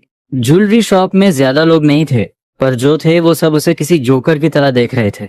वांग सीकी ने मन ही मन तुम्हें थम्स अप दिया। Good job little brother. कुछ ही देर में शॉप में सिर्फ मा युलोंग बचा। स्टाफ ने आकर पूछा कि उसे क्या चाहिए, जिससे उसे और भी ज्यादा शर्मिंदगी फील हुई। इस औरत ने मेरी सरेआम बेइज्जती की है। जेड मार्केट जा रही है ना? मैं भी देखता हूँ। वो गुस्से में बाहर गया और किसी को फोन किया। तुम्हारे हाथ की मिल्क टी खत्म हो चुकी थी और तुम्हें और पीने का मन था। तुमने दूर एक मिल्क टी शॉप देखी और फिर छुपकर 7 सिस्टर को देखने लगे। वांग सीकी तुम्हारी ये चालाकी समझ गई और हंस पड़ी। शाओके को मिल्क टी पीनी है, सिस्टर अभी अपने बेबी के लिए लेकर आती है। वो उठने ही वाली थी कि तुमने उन्हें रोक दिया। सिस्टर, मेरे पास भी पैसे हैं, मुझे फोन से पे करना आता है। तुमने अपना फ्रूट 17 फोन हिलाया और खुशी खुशी मिल्क टी शॉप की तरफ भाग गए। वांग सीकी हंसते हुए बाहर चेयर पर बैठ गईं। उन्होंने नोटिस किया कि शॉपिंग बैग्स बहुत ज्यादा हो गए हैं तो उन्होंने आंट लैन को कॉल किया। आंट लैन, घर से 2 मेड्स को भेज दो। मैं दिवांग मॉल के 7th फ्लोर पर हूँ, ये सामान उठाना है। Okay miss. कॉल कट करने के बाद वांग शी तुम्हें देखने लगी कि तुम कैसे मिल्क टी खरीदते हो। नेक्स्ट, एक कस्टमर ने ऑर्डर लिया और चला गया और आगे कोई नहीं आया। नेक्स्ट, गर्ल स्टाफ ने कंफ्यूज होकर देखा, कोई आ क्यों नहीं रहा सिस्टर? उसे अचानक एक छोटी सी आवाज सुनाई दी, सिस्टर, मुझे 2 स्ट्रॉबेरी बोबा मिल्क टी चाहिए, नॉर्मल रूम टेम्परेचर। उस गर्ल स्टाफ ने नीचे देखा तो उसे एक छोटा सा बच्चा दिखा। वाओ, कितना क्यूट बच्चा है, मन कर रहा है इसके गाल खींच लो। काउंटर की हाइट 1-2 मीटर्स थी और तुम उससे छोटे थे। इसलिए वो तुम्हें देख नहीं पाई। ओके लिटिल ब्रदर, मैं अभी बनाती हूँ। क्या तुम अकेले आए हो? वो लड़की तो सोच रही थी कि तुम्हें किस रंग के बोरे में किडनैप करे। नहीं, मैं अपनी सिस्टर के साथ आया हूँ। वो वहां बैठी हैं। तुमने अपनी छोटी सी उंगली से बाहर इशारा किया। वांग सिक की मुस्कुराते हुए तुम्हें देख रही थी। सूरज की रोशनी उनके चेहरे पर पड़ रही थी, जिससे वो किसी गॉडेस जैसी लग रही थी। वहां खड़े सब लोग हैरान रह गए। ये सिस्टर और ब्रदर दोनों इतने खूबसूरत हैं। इनकी फैमिली जेनेटिक्स कितनी स्ट्रांग होगी। वो गर्ल स्टाफ होश में आई और प्यार से बोली, जाओ अपनी सिस्टर को बुलाकर लाओ। तुमने हाथ हिलाया। मुझे पेमेंट करना आता है। ये बहुत इजी है, मेरे पास पैसे हैं। सिस्टर को बुलाने की जरूरत नहीं। तुम अपना फ्रूट फोन निकाल कर बोले, बताइए कितने पैसे हुए। अच्छा, मैं तुमसे एक सवाल पूछती हूँ। एक मिल्क टी 16 रुपए की है, तो 2 मिल्क टी के कितने पैसे दोगे? अगर सही जवाब दिया तो 1 कप फ्री। तुमने मन ही मन सोचा, ये सवाल नॉर्मल बच्चों के लिए ठीक है, पर मेरे लिए ये इंसल्टिंग है। 32। वाह, कितना स्मार्ट बच्चा है। ये लो, 1 कप मेरी तरफ से फ्री। तुमने वीचैट ओपन किया और वॉलेट चेक किया, फिर पेमेंट स्कैन किया और खुशी खुशी मिल्क टी लेकर शॉप से बाहर आ गए। नेक्स्ट। पीछे खड़े एक आदमी के पसीने छूट गए। उसने अभी तुम्हारे फोन में देखा था, तुम्हारे वीचैट वॉलेट में 1 लाख रुपए थे। वांग सीकी तुम्हारी बहुत तारीफ कर रही थी। उन्हें याद था कि आंट लैन ने कहा था कि तुम हमेशा लाइब्रेरी में बुक्स पढ़ते रहते हो। क्या इसने खुद ही मैथ सीख लिया? क्या मेरा ब्रदर एक जीनियस है?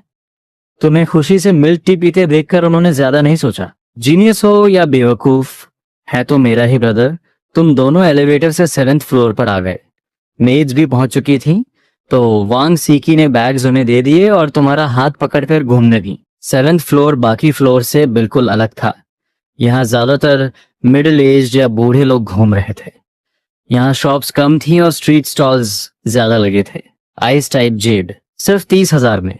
आओ देखो, प्राचीन राजाओं के कपड़े सिर्फ 9,999 में। चिंग डायनेस्टी के ब्लू एंड व्हाइट पोर्सलिन। तुम सड़कों पर चल रहे थे और तुम्हारी स्पिरिचुअल सेंस चारों तरफ फैली हुई थी, पर तुम्हें कोई भी हाई क्वालिटी जेड नहीं मिला। तुम्हारे पास एक अल्टीमेट जेड तुम्हारा पेंडेंट था, जिसे स्पिरिचुअल टूल बनाया जा सकता था, पर अगर तुमने वो सिस्टर को दिया तो वो पक्का उसे वापस कर देंगी, क्योंकि वो तुम्हारी फैमिली का एयरलूम था। अचानक तुम्हारी नजर एक छोटे स्टॉल पे रुक गई। वहां से एक हल्की सी स्पिरिचुअल वेव आ रही थी। तुम्हें एक खजाना मिल